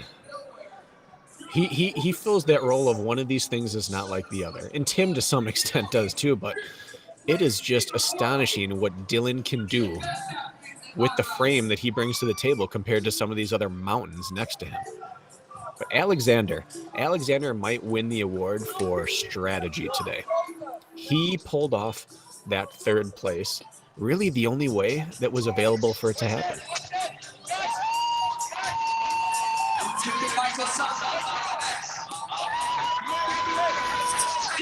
And there looks like a lander taking off from the burpee broad jump. Alyssa Holler taking a long rest here on burpee broad jumps. I've not seen that out of her before. Now, this is the point we'll get to where Lauren will obviously have to pump the brakes a little bit.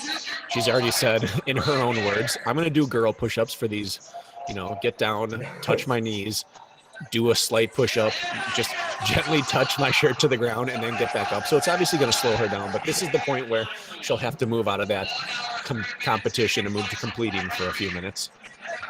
And I believe we just saw Viola head out of the burpee broad jumps. And Krista Blosky right behind her.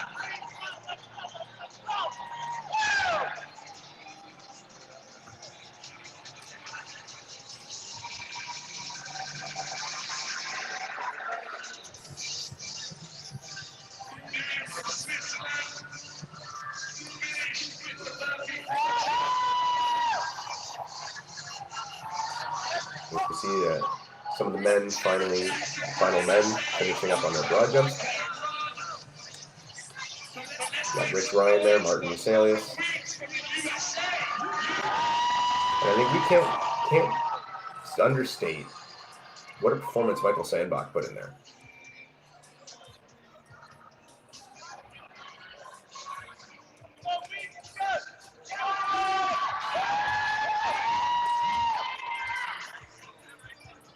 Bracken, have we lost you? No, sir. Oh, there you go. No technical difficulties. Now we've got Bracken. We're back. We had a mic spazzing out over here, but we managed it. All right, let's put a little focus on these ladies and see what's... Dave, are you able to bring the women up full on the screen? Yeah, we're going to get them up there. All right, thank you. We're putting out fires over here. We need some Dave in the booth doing some magic. There we go. As you can see, we got Alandra on the run. Some of the women finishing up their burpees. I believe right now Alandra is still running up front, and then I think we have Linda and Viola fighting it out for second place.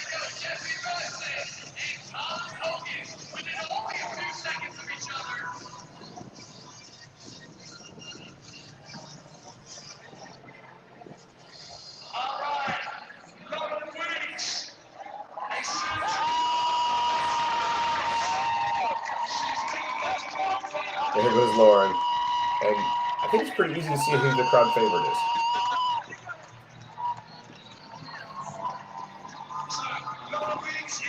Bracken, you're muted again.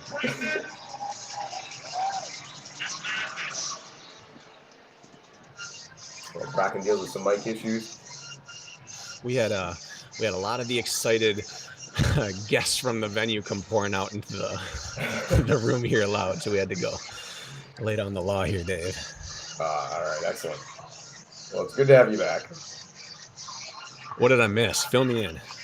You missed on definitely who the crowd favorite is, and Lauren Weeks coming out of the burpee broad jumps just got a hell of an ovation. It's fantastic. Who do we have here finishing up burpee broad jumps?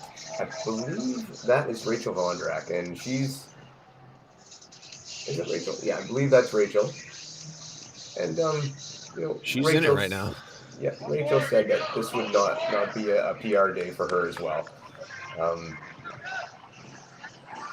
She's given it her all, and she's never one to quit. She is just going to push as hard as she can.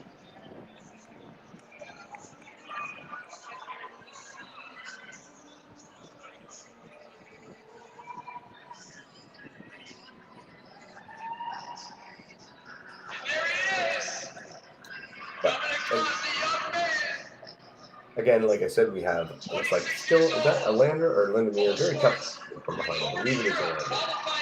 No, I thought this was Linda. No, maybe it is Linda. Maybe Linda passed Alandra. I thought Alandra had all black top on. I believe you're right, yeah. Linda has the long compression socks.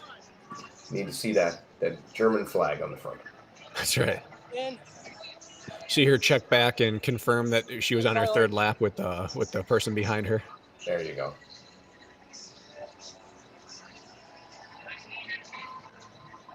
Yeah, she's running into the next station, and she has developed quite a lead. Yeah, she is really stretching this thing out.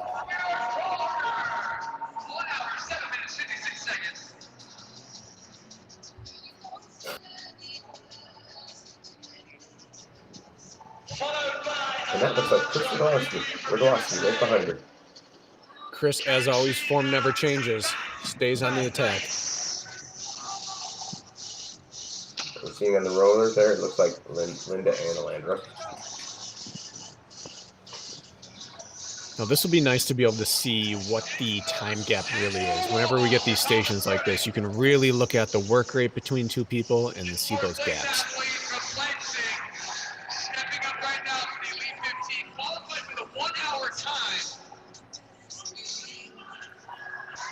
Now, has she worked her way up to third now? I believe she has. Clearly not headed. Seeing Viola here. No. Oh, Well, there she Viola is. off to the side. I was wondering what calamity could have befallen her in order to have that happen. But so Chris has worked her way up to fourth place. She came in with the goal of top 5, and she has put herself in position to do so. And is that Alyssa coming in 5th? Yeah, Alyssa with the rainbow headband. That might be Tara Jackson behind her. Well, maybe she knew what she was doing with that long rest on the burpees. I would never doubt that Alyssa knows what she's doing. She looked dialed in pre-competition today. We've seen her in different spaces coming into races, head spaces, with some of the injuries and setbacks she's had. And I've seen her, joking around. I've seen her a little nervous or unsure, and she just looked dialed in. Like when I saw her and said something, it was one of those, I'm not sure it's totally getting through because she's locked in. Well, with Alyssa's recent announcement of focusing solely on the hybrid race scene, I mean, she's dialed in. She, like you said, she's no longer distracted by anything else, and can't expect her to get anything better. I actually expect to see 2023 Alyssa be that much better than 2022 Alyssa. Coming up to that halfway point, 500 meters on their row.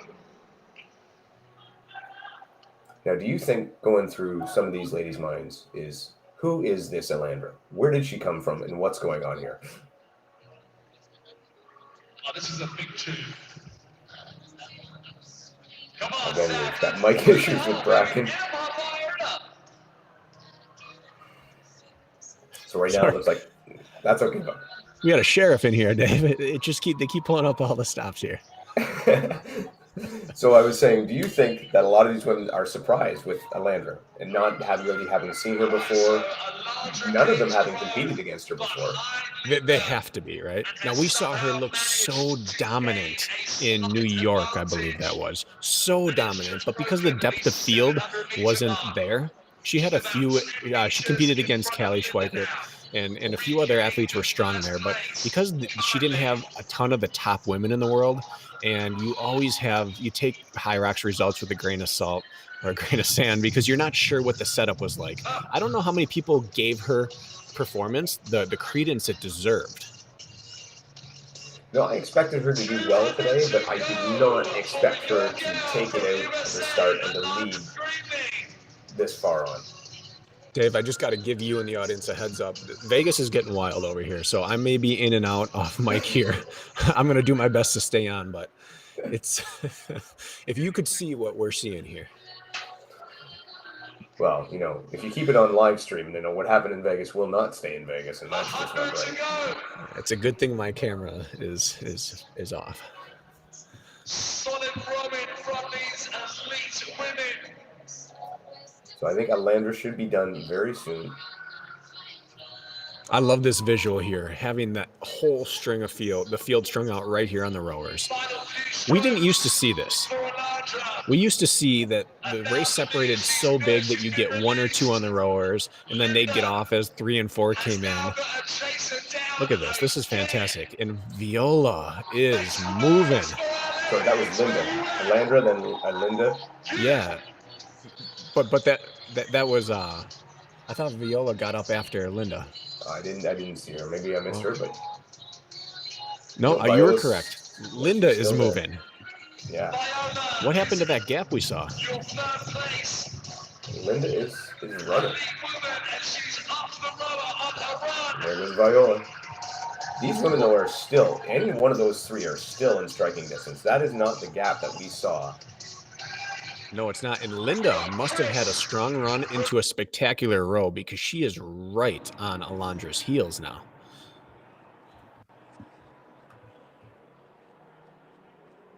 So back here, we'll try to get back. There we are. Sarah Jackson. Clear the path.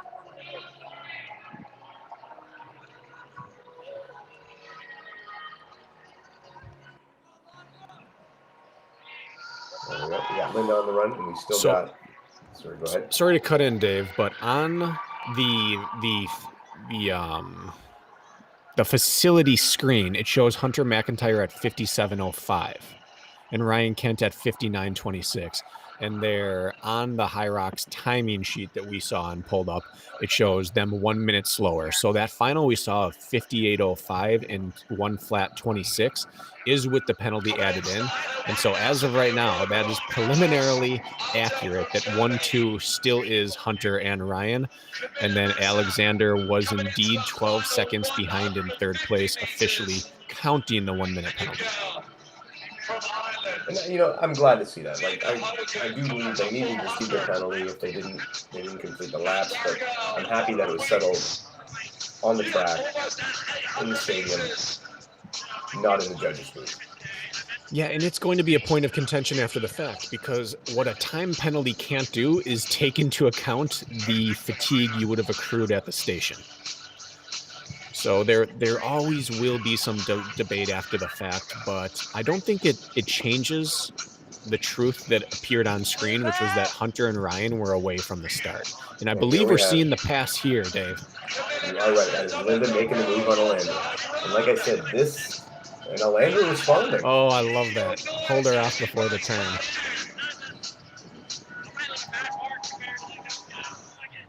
Now, this is the type of racing I was hoping to see in this women's field, but I will be perfectly honest, not the two women I expected to see leading the front.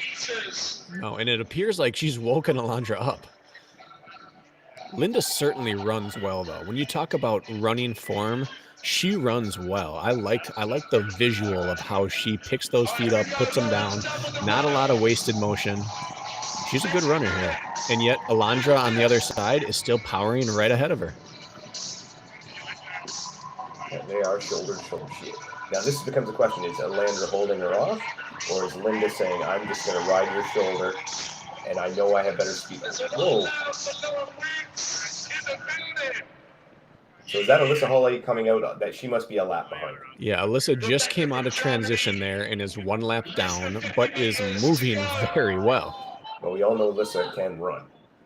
Now, Alandra may or may not be following a scripted strategy here, but the fact that she's moved up and kind of gone with Alyssa to an extent means that she might just have been running within herself and then saw someone to chase and decided, okay, I can move up another notch.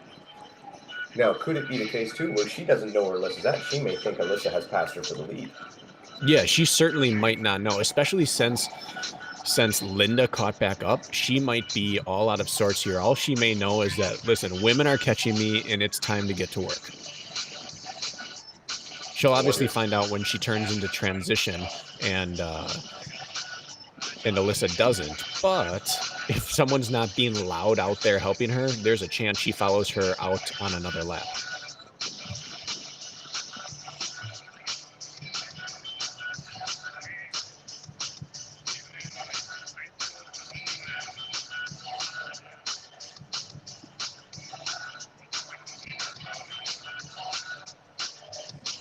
And there they are heading into the station.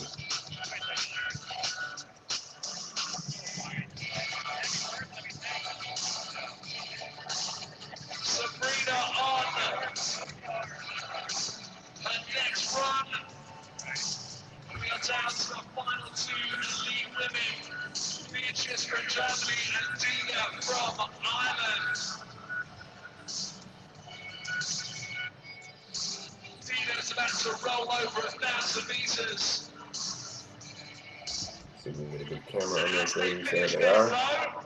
We have our top two females starting there, Carrie, Alandra, and Linda. Oh, here's a great view of this farmer's carry. Look at this battle. Oftentimes when you see an athlete pull up onto the leader's shoulder and sit there, they're ready to make a move at the next station, but these two have just continued their knockdown, drag-out battle right into this. And the slight pass possibly by Linda, but it's a matter of inches right now. What happened on that run? Must have been lightning quick. Linda creeping ahead. But Dave, we just don't know. We do not know how these two stack up against each other in these remaining... Oh, and they both break together. We don't know how they stack up in the remaining events.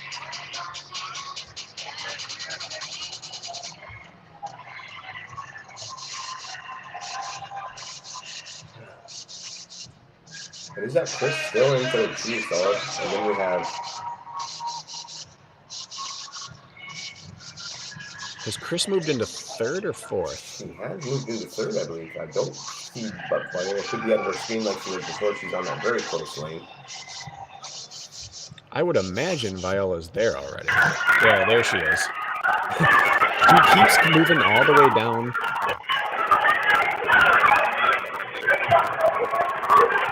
He keeps moving all the way down to that far lane and kind of hiding from the other women's view. All right. Linda and Alandra are on their final farmer's carry. It is neck and neck between those two. And you got Chrissy from the USA. It's a Wow, they are. Yeah. It doesn't get closer than that. No, it doesn't. And they're off. Linda has made the pass into the transition zone there. And so for the first time in a while, Alondra is going to chase on the run.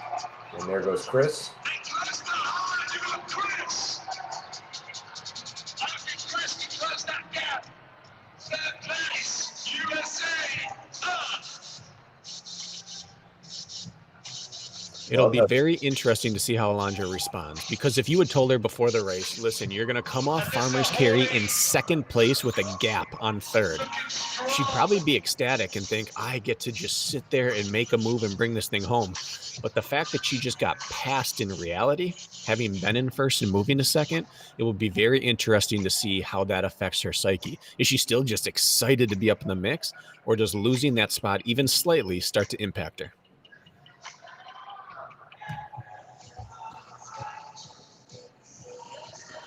And you can start to see now that gap. Viola is still not done. So that third place that we thought was starting to close down a little bit on the row is not as close as we thought. In third place now, is that official? Chris Rogowski in third? Actually, I believe Chris may have just made a pass for second. Really? Who would she have gone around, do you think? I think she went around the later, but we're gonna have to wait till she gets a little bit closer to see. If she did, then Alondra is just crumbled, because there's still the next group ahead of her is about 50 meters. That would mean that Alondra's lost 100 already on this run. So my guess is she's in third, but you might be onto something, Dave. Landra and Linda went out shoulder to shoulder, side by side. So unless it may have been Chris passing somebody else on the track down a lap or something in that scenario, but that's my guess.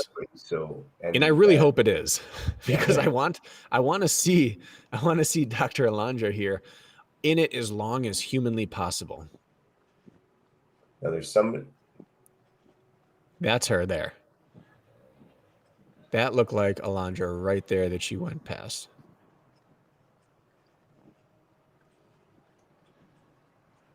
No, that can't be right, can it? That looks like that might be Miriam down the lap. But Chris is moving so well. She really is.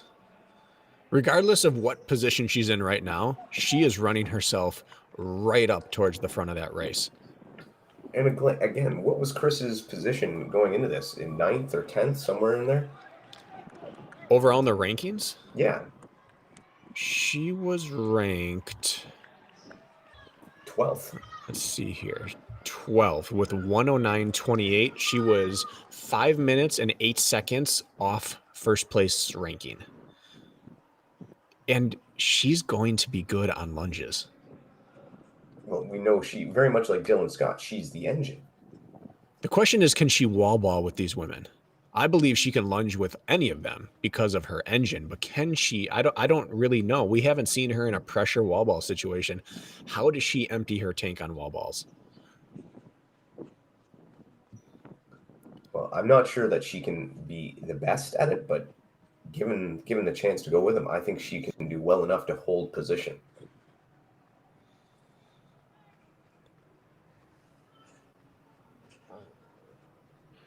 Dave, I would give just about anything in this world right now to know exactly the time gap between her and the other two top women. Yeah, well, we have our rabbit doing a great job following her, so we'll see them very shortly. Right now, I think we still have Lauren is still getting through, so I expect a great cheer soon. She's still going through her farmer's carry.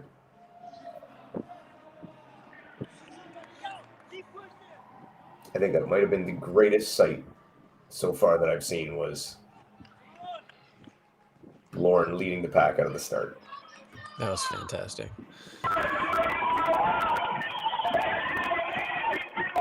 And there goes Lauren. Now, Chris, I can just repeat the line we used on Hunter before. We could just be recycling footage from earlier in the race. Because if you had said, all right, now the race has started and Chris jets out to a lead on this first lap, you would think, yeah, that looks about right. That's the way a stride looks on lap number 1. But here she is turning into the 7th station, already 7 runs down. And there's your gap.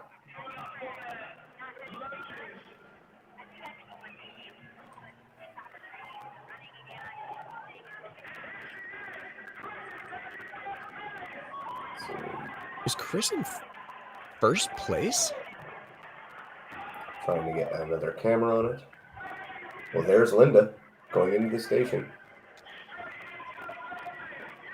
So the only thing I can think of is that while we didn't notice it on camera, the other women took several rests and Chris ran through unbroken on Farmer's Carry. I hate to even say this out into the universe, but the only other option than that, because of the significance of this gap, is that she had the same occurrence as what Hunter and Kent had, and she did a lap short on the Farmer's Carry. But she was close enough in contact that a spectacular Farmer's Carry may have really given her that lead. And you were right that coming out of transition, Dave, where I questioned the veracity of your statement, that she really was already taking the lead. Well, here, there is one other possibility, and I hate to say it, but there is always the possibility that Chris could have missed a lap. But she's not that far. She's not that far ahead. I think if she missed a lap, she'd be further ahead. Yes. Now she is lunging a little slower than these women. She's taking a longer rest at the top, but again, she has the right to. She has the lead. She doesn't have to empty the tank. The only thing that has to be in everyone's mind right now is, am I better at wall balls than these other two? Because if you think that you're the best wall baller, you're in the driver's seat. You can get to wall balls 20 seconds behind and be in the driver's seat if you are the best at it. People are resting anywhere between 5 and 10 seconds when they put the ball down, which means 2 breaks and you've made up a gap. And I do believe you're right, that Chris is going a little slower on those lunges, and the other Linda and Alandra might be making up just a little bit of ground on her. And now we have 4 into the station. They're making up the gap a little bit, especially Linda. But Chris is running so well that if she really is, if she maintains that pace, she should go into the wall balls with a good lead. Well, and she's the one here who is known for staying under control. A lot of times when we see people with the leads start to slow and get caught, we think, well, they're just on borrowed time. She might just be giving the women a little bit of hope because she knows she's going to take it right back on the run. But this is closing. This should be it, right? Yep. For Chris's sake, this is hopefully the last length. For Linda's sake, they have to go back one more time. Well, I noticed on that one, Linda didn't make any more ground up that time. I thought she would on that transition. Chris looked like she was a little slower. Oh, they have to come back. Now we find out. What was Chris doing? And how deep is she going to go into the well today? And here's the thing. Have Chris and Linda dropped Alandra now? Yes. Now, I don't believe Chris is this type of athlete, but she has a National Series race tomorrow at altitude in Big Bear that she's driving up for tonight after this competition. Is it possible that this is in her mind, or is she just not even thinking about that? She's selling out today. What, you think she needs to get the car faster? There goes Linda. Linda is out first. So she was a little ahead. 7 seconds, I believe. There goes Chris. And Alandra's going to come through about that same gap behind Chris. What a battle that is. Oh my goodness, it is. Is it? Oh, this is where we're on the opposite side. We can't see the placard that the officials are holding up. So we can't see if Alyssa and I can't quite tell who this is in the shade on the side are on the same lap or not. But this is the battle. Linda has looked the best running so far until we saw Chris. Chris Roglaski suddenly looked every bit as good or better on that 7th run. And this is the final run. If you believe you have the legs today, there is nothing you're saving for. And at this point, like you say, Linda's looking still smooth and controlled. She is. And this final run is torture because you know you've got to run it as quick as possible, but you know you need your quads for 100 wall balls. 100 is such a daunting number that you can't come in already ready to cramp. She is absolutely attacking, though. She's running for the win. Yeah. And if you're Chris, you need to sell out and stay with her. Yeah, especially since I don't know if Chris knows what it's like to be all out, crashing into those wall balls, needing every single rep next to someone. I think that the fact that she doesn't see her ceiling too often, it's imperative that she is next to her going rep for rep.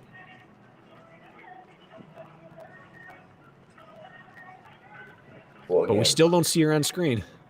Those 7 seconds have not evaporated yet. No, and like you say, I think it's because Linda is moving.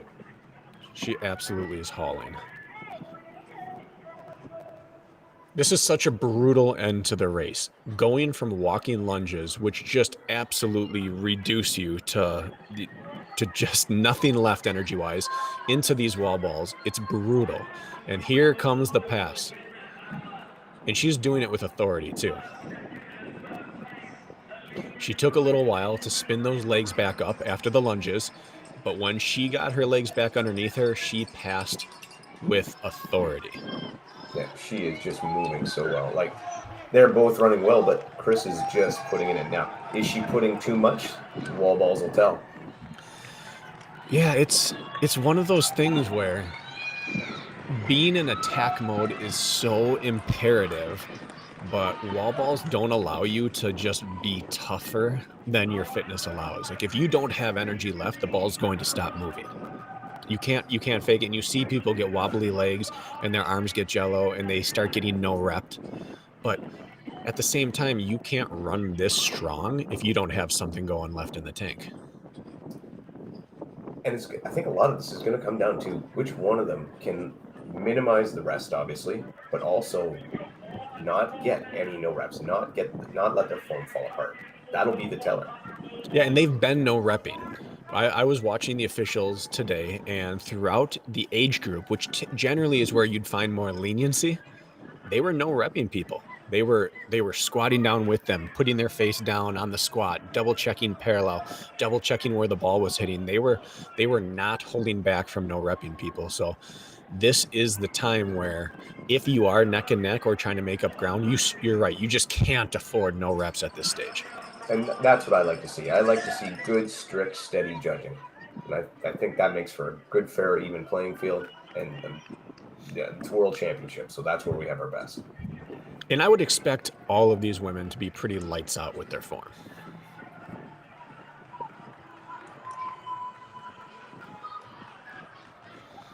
I'd love to, if possible, Graham, I don't know if you can hear us or not, but if you could give us one quick pan back so we can see the gap behind Chris. See how far back Linda is.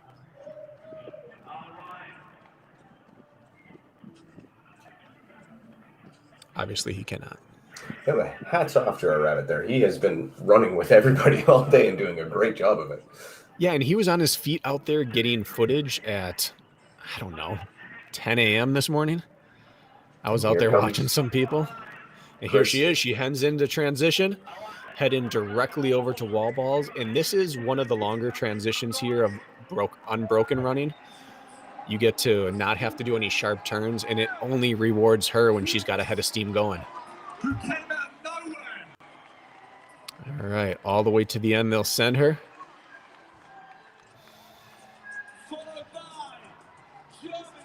Oh, and she's got great wall ball form. That ball is staying high up at face level. That's how you know right there, Dave.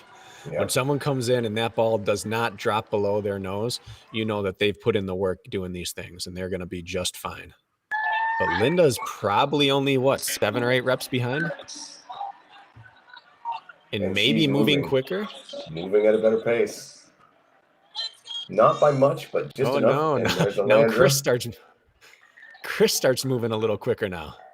This is like an old school staring contest. Who blinks first?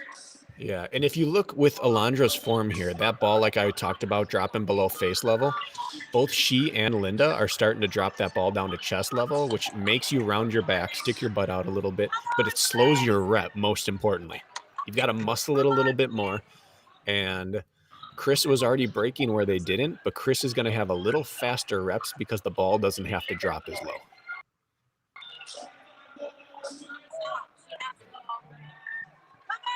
Watch ball height on those three, where on the left, Chris's just does not drop. And so she's moving that ball 6 inches less each time than those other two women. And they still haven't broken, have they, Dave? Well, there goes Linda. Now, but her break was microseconds. Oh, It hold on, almost right looked now. like a drop more than a break. Look on your far right. That is Miriam, and she is going to blaze through this. Miriam is compact and strong and really, really efficient at wall balls. And I had said if she was within 20 wall balls of anybody, look out. She's going, I shouldn't say going, but she has a real opportunity to move right up onto the podium here. After not being on camera this entire competition, which you predicted, if she podiums, we won't see her till the end. But look at her go. She is a machine. Chris breaks. Linda breaks. Alondra keeps going. Alondra has been going steady. But Miriam is just on another planet with her pace and her reps. This is something to watch. And it looks like that's Alyssa coming in fifth there. Followed directly into the lane. Chris taking another break. I think that they may have passed Chris on this. The question is, who is in the lead? Oh, Miriam had a drop.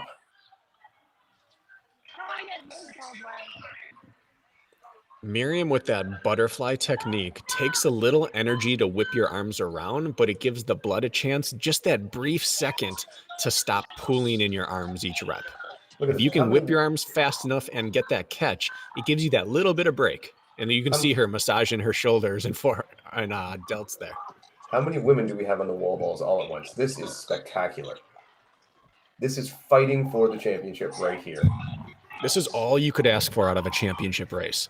And we have no clue right now, these first four women, who's in what order.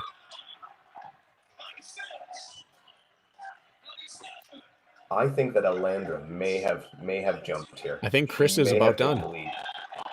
Chris is done, and there she is. World champion Chris Fraglaski from the United States of America, coming through, wearing her country's colors, and absolutely shocking the Hyrox world.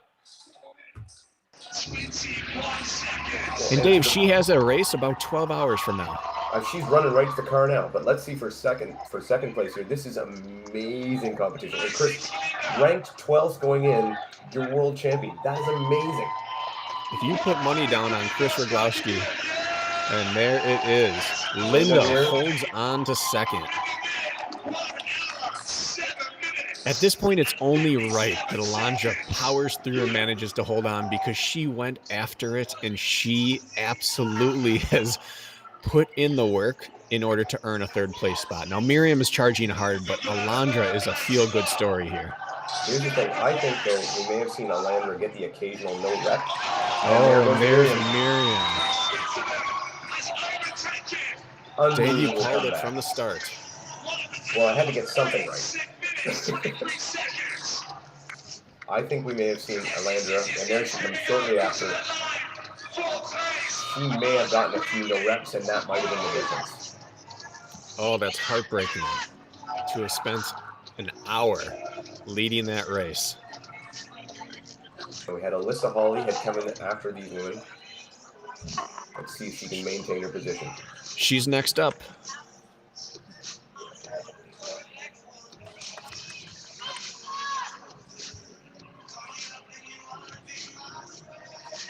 Now, I want to know what the betting odds were for Chris coming into this competition. What did Vegas have her at? Because I think we could have made a boatload of money there. I do not know, but I can tell you this: I drafted her for the race tomorrow, so she's got to get in those compression boots and get recovered for me.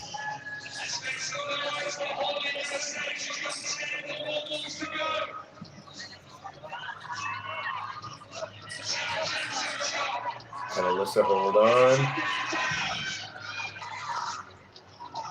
I'm always rooting for Alyssa.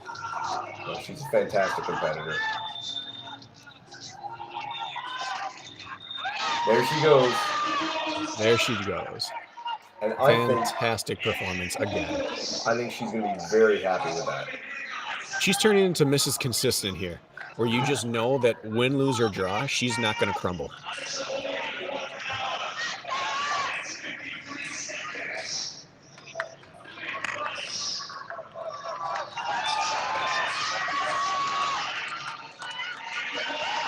There's Tara Jackson for 6. Again, she will be very happy. Whoa, oh, what look a at that battle finish there. for 7th, 8th.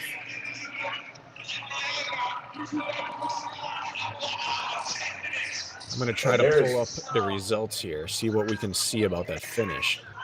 And we can see Lauren Weeks finishing her wall balls here. All right, Dave, we have Chris was first, obviously, Linda second, Miriam third, and then Alondra fourth. She was 15 seconds behind. Alyssa fifth. She was 20 seconds behind there. And then Tara Jackson got in 5 seconds ahead of Viola and Elizabeth, who were given the exact same time at the finish. And I think Viola outleaned her across. Unbelievable. That was an epic finish. But right now we're seeing absolute amazing. Lauren Weeks finishing her 100 wall balls. And just really still looking absolutely competitive. Yeah, she is. She is an absolute monster.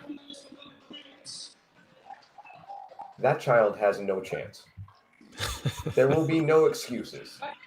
I mean, I can't do that, Mom. Hey, I competed in the world championship when I was 8 months pregnant with you. You can do that. You can clean your room.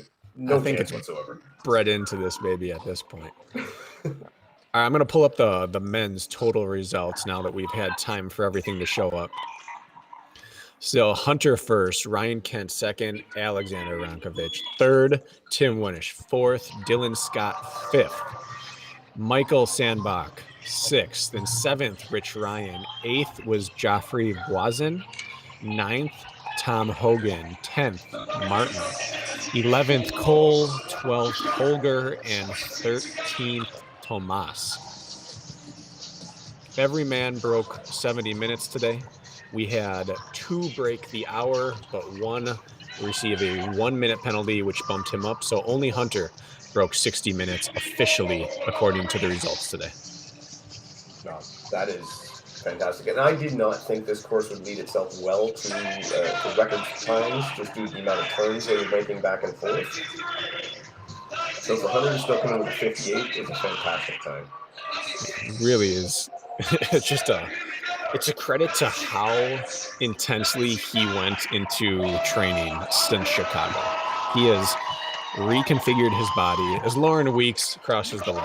9th place overall. It's just unbelievable. I don't think I've ever seen anything quite as spectacular as what Lauren's done today. No.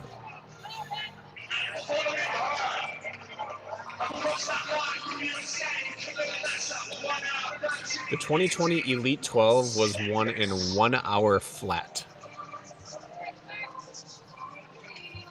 And that was the treadmill one. That was the treadmill one.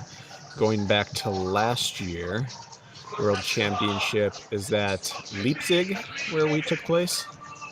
Tobias was 1 flat even. So 1 flat 4 seconds in 2019 and 1 flat on the dot last year. So to go 58.05 with a 1-minute penalty shows the type of performance we saw today. And this stamps Chris on the map. Like she was an elite. She was in there. I mean, we saw originally, like, I believe she got in through the roll down. She wasn't even in the top 50.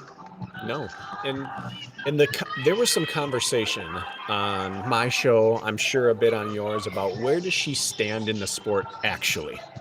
And the comment we made was she can't quite be considered one of the greats yet because she's lacking that championship performance. Well, world champion is about as championship as it gets. And there's no asterisks here. I mean, the best of the best were there, you know? Yeah. You can't knock her performance. You can't pull away from it anything There is no excuses. She just ran an amazing race and deserves every bit of it.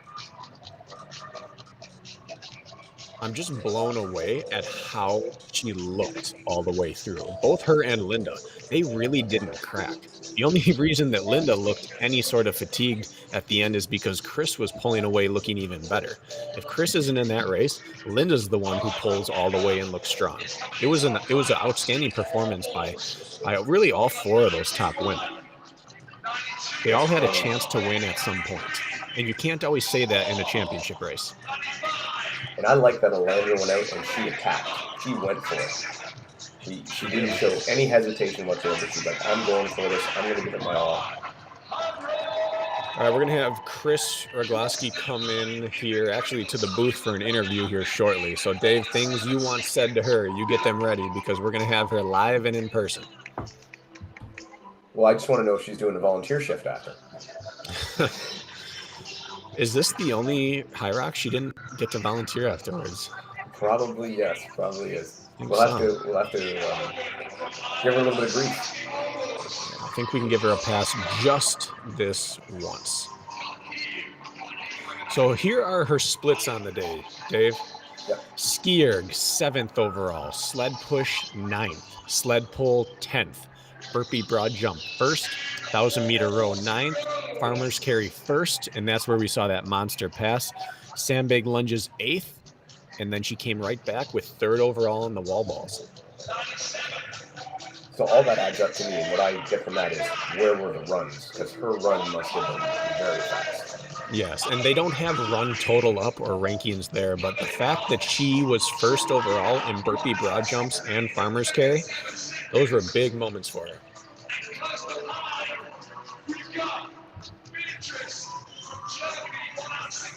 We'll check Hunter's here and see what his total overall rankings were on these stations.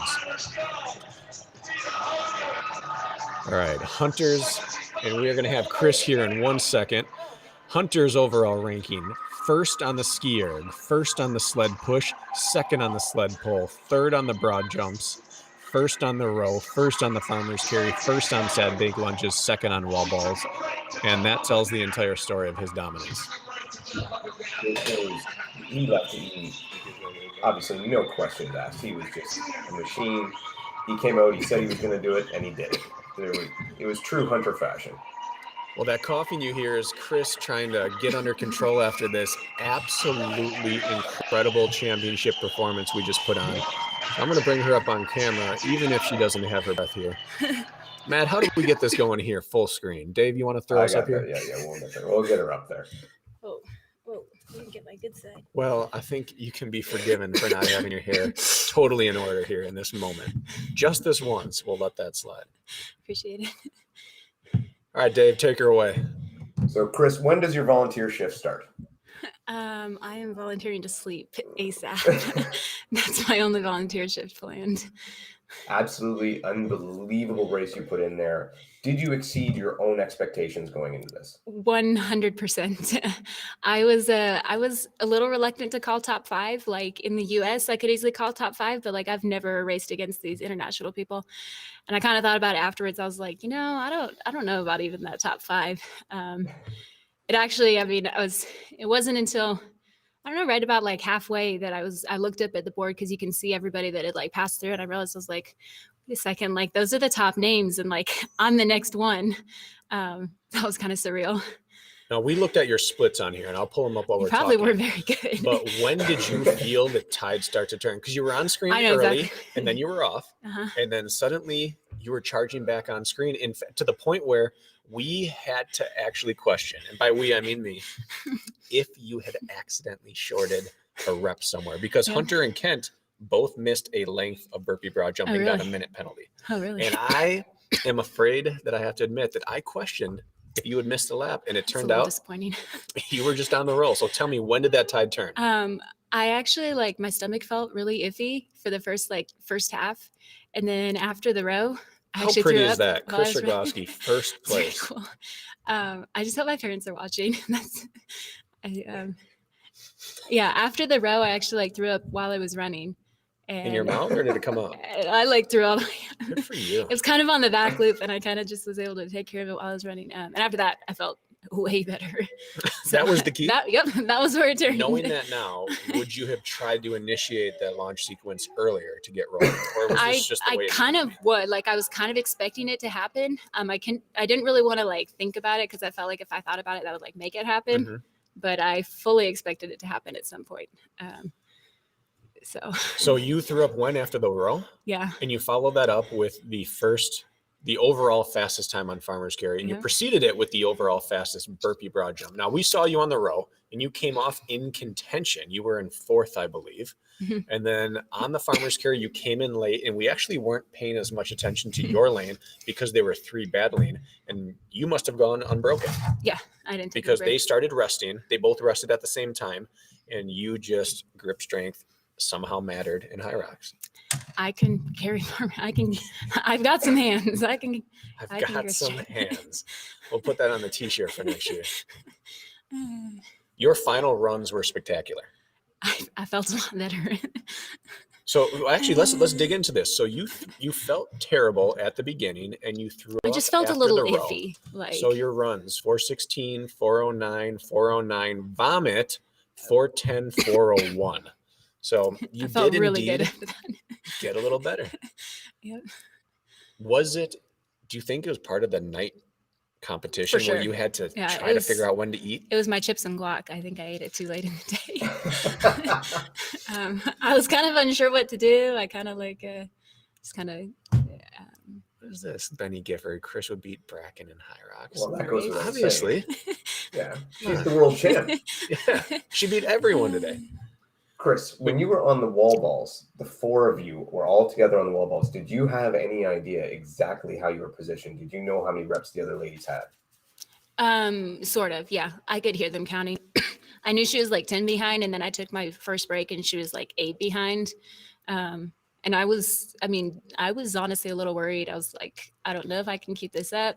But I kind of like gained back the 10. I think I kind of kept that 10 lead. And then I know I can do like 25 without taking a break. I think I kind of faltered like in the middle there. And then at the end, I was like, I think I had 35 left. And I just kind of like told myself like, okay, it's just, 30, like I can go. Those last 5 were pretty painful. But yeah. You and I talked a few months ago, and you said that, kind of laughingly said, I kind of always race at like 8 or 9 out of 10. I don't really go to those dark places people talk about. Did that change today? A little bit.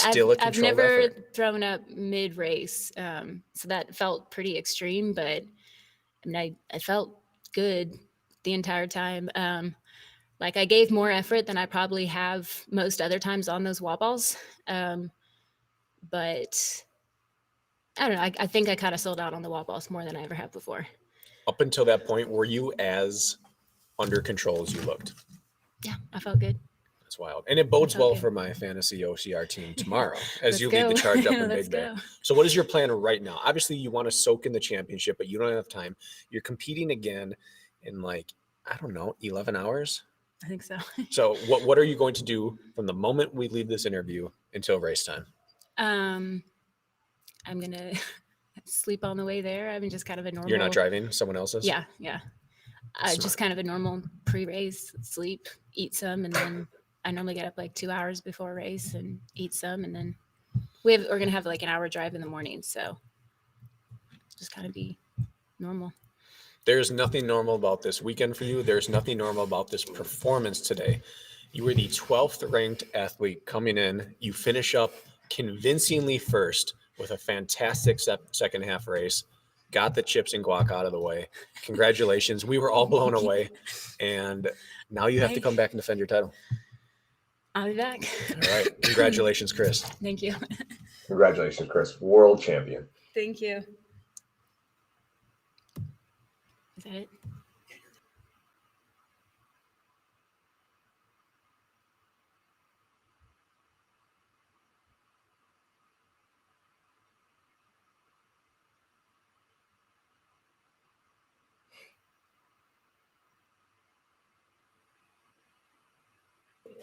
Dave, you there, big guy?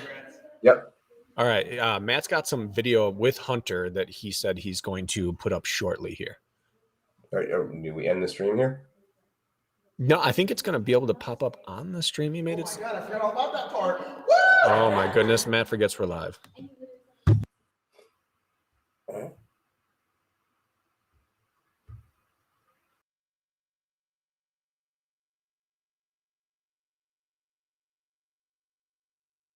So Dave, while this loads here, what are your big takeaways from what we witnessed today in an event that absolutely lived up to the hype?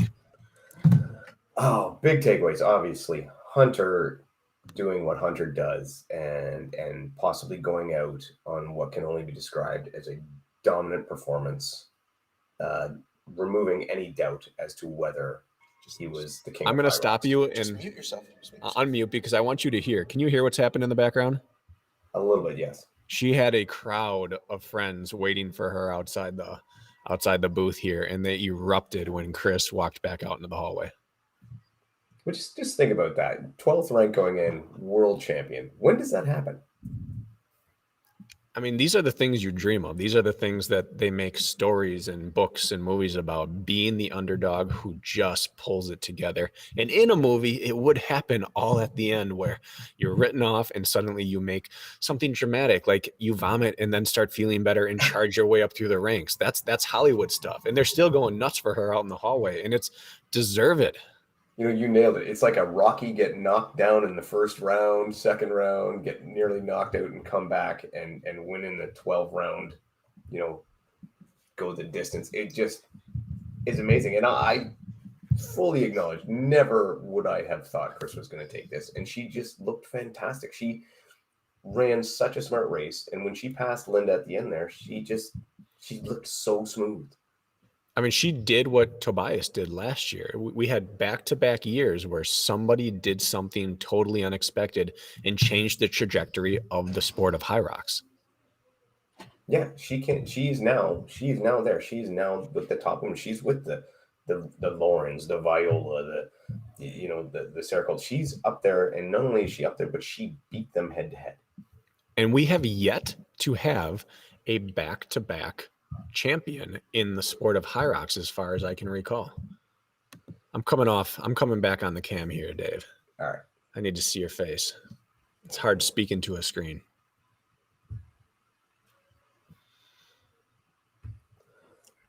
There we are. Hunter's loading. So we got video of Hunter's interview coming up here. We'll Fantastic. head to that shortly. But this takeaways. Any other takeaways you have here from what you witnessed? Yeah. Again, a lot of the European women did, and Europeans in general did very well. They came over. You obviously with that much travel, you're at a disadvantage, and they showed that they had this stuff, and they performed very well. Alex Roncevic really did well. He was right there. Tim, as young as he is, not being as big a guy, he proved that he was solid. You can't say anything that they didn't live up to expectations, and it was really well done. Miriam Von Rohr, again, just the wall ball machine, come in there and take that last spot. Right, here we go with Hunter. All right, we got Hunter cooling down. Can you hear it? Cannot hear anything yet. No. While that loads, now Chris almost didn't get in. I believe she needed the roll down to get in. Yes, I think she did. So had everyone else shown up, or had she been bumped out, like it was realistic, almost happened.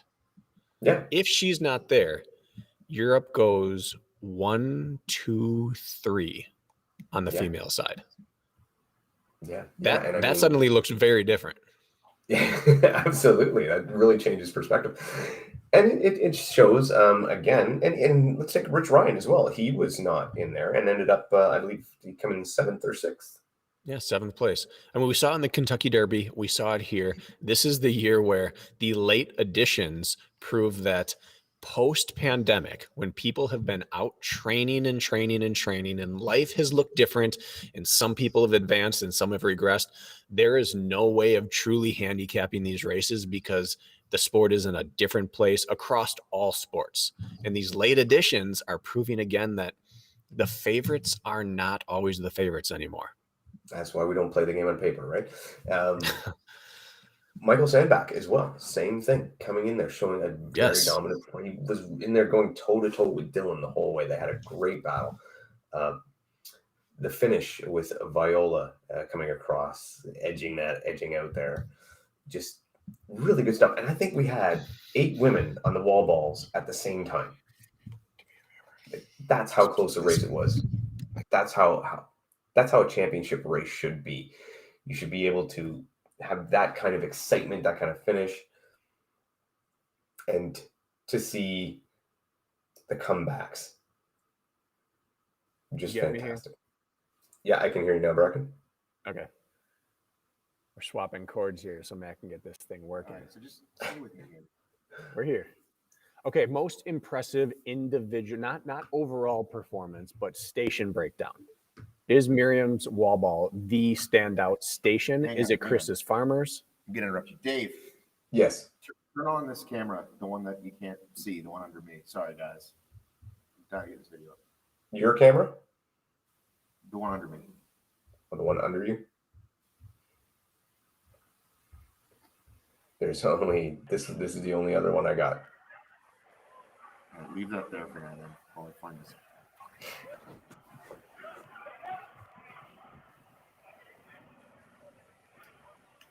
I'm going to say Chris's is my most impressive, her Farmer's carry. Even if Miriam's was visually more impressive. Chris's came at a time that could not have been weightier. Yeah, I mean, she made a very big move there, and you wouldn't think, of all the stations, you wouldn't think the farmers' carries were the big moves going to be made. That's where it's going to be important, because I think as far as stations go, that's probably the one most of the competitors give the least amount of thought and prep to. You know? Of all stations, if you wrote them all out on paper, that in a row would probably be the two that people would discard as being unimportant in terms of deciding an outcome. And it was a third to first swing, essentially. Yeah, just you wouldn't see that coming. From not even in the conversation of the lead, like third place, but she's back there to the lead. So shocking that I question the veracity of her result. Well, yeah, I mean, we both said, like, did she miss a lap? And thank God she didn't, because, I mean, it was just, oh, here we are. We're having some podium presentations up there. It would have been a crime if that had happened. So it's just fantastic to see that she didn't miss a lap. And I mean, obviously her obstacle course racing background and her she's fantastic on obstacles, her grip strength coming in. Yeah, and the work she puts difference. in, her background working on farms and her work she puts in down at Grit in Texas, it came through today. She focused on a skill that maybe got only paid lip service by some of the other contenders, and it changed the race. And but, I mean, let's be realistic. Her running was what did. Her running was so spectacular. Her running gave her the opportunity to use that farmer's carry the way she did. Her seventh run was faster than her fifth and her sixth, which is generally not the way this sport works. No, well, something we haven't talked about is how does Ryan Kent feel after this one with his performance? Is he happy with it? Was it first or nothing for him? How do you think he walks away from this one? He's going to find some pride in being the second best in the world. However, he was so locked in. I just can't believe that he would be totally satisfied with this. He had such an incredible year. He made a case for being the best hybrid racer on the planet. And this was his chance to put a stamp on that. And it didn't happen. I don't think it changes how good he is in our eyes, but to him, he's going to take it personally, and it is going to fuel him for the next year. Yeah, and I think going in, he will get even better. I think even the more focus he has, the more he will get even better. I think you're right. I think he comes back stronger, faster, more dialed in. We will see an even more dangerous Ryan Kent next year.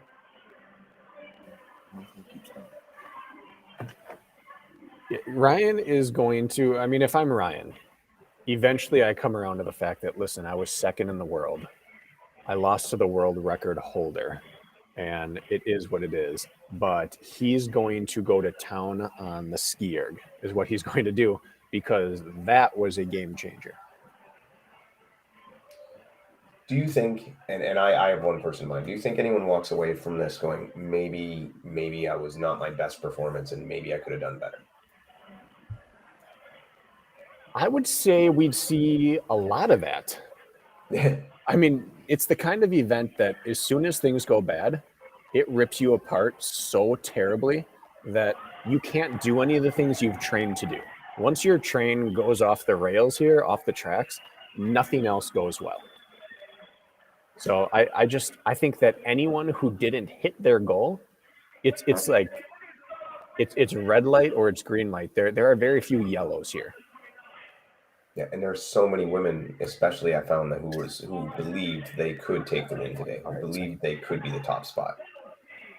And I think specifically for me, of Viola, I think again that she was my pick to begin, and I think she definitely will look back at this as an opportunity missed. Yeah, and we had some poor U.S. showings at some championships, and a lot of it was due to travel, and who knows what all goes into that. And now this happens here. So moving forward, each year there's always going to be that swing of who has the advantage. We're showing some double podiums here. Home soil never hurts. Oh yeah. I mean, that travel overseas is whichever way you're going is just epic and wears you down so bad.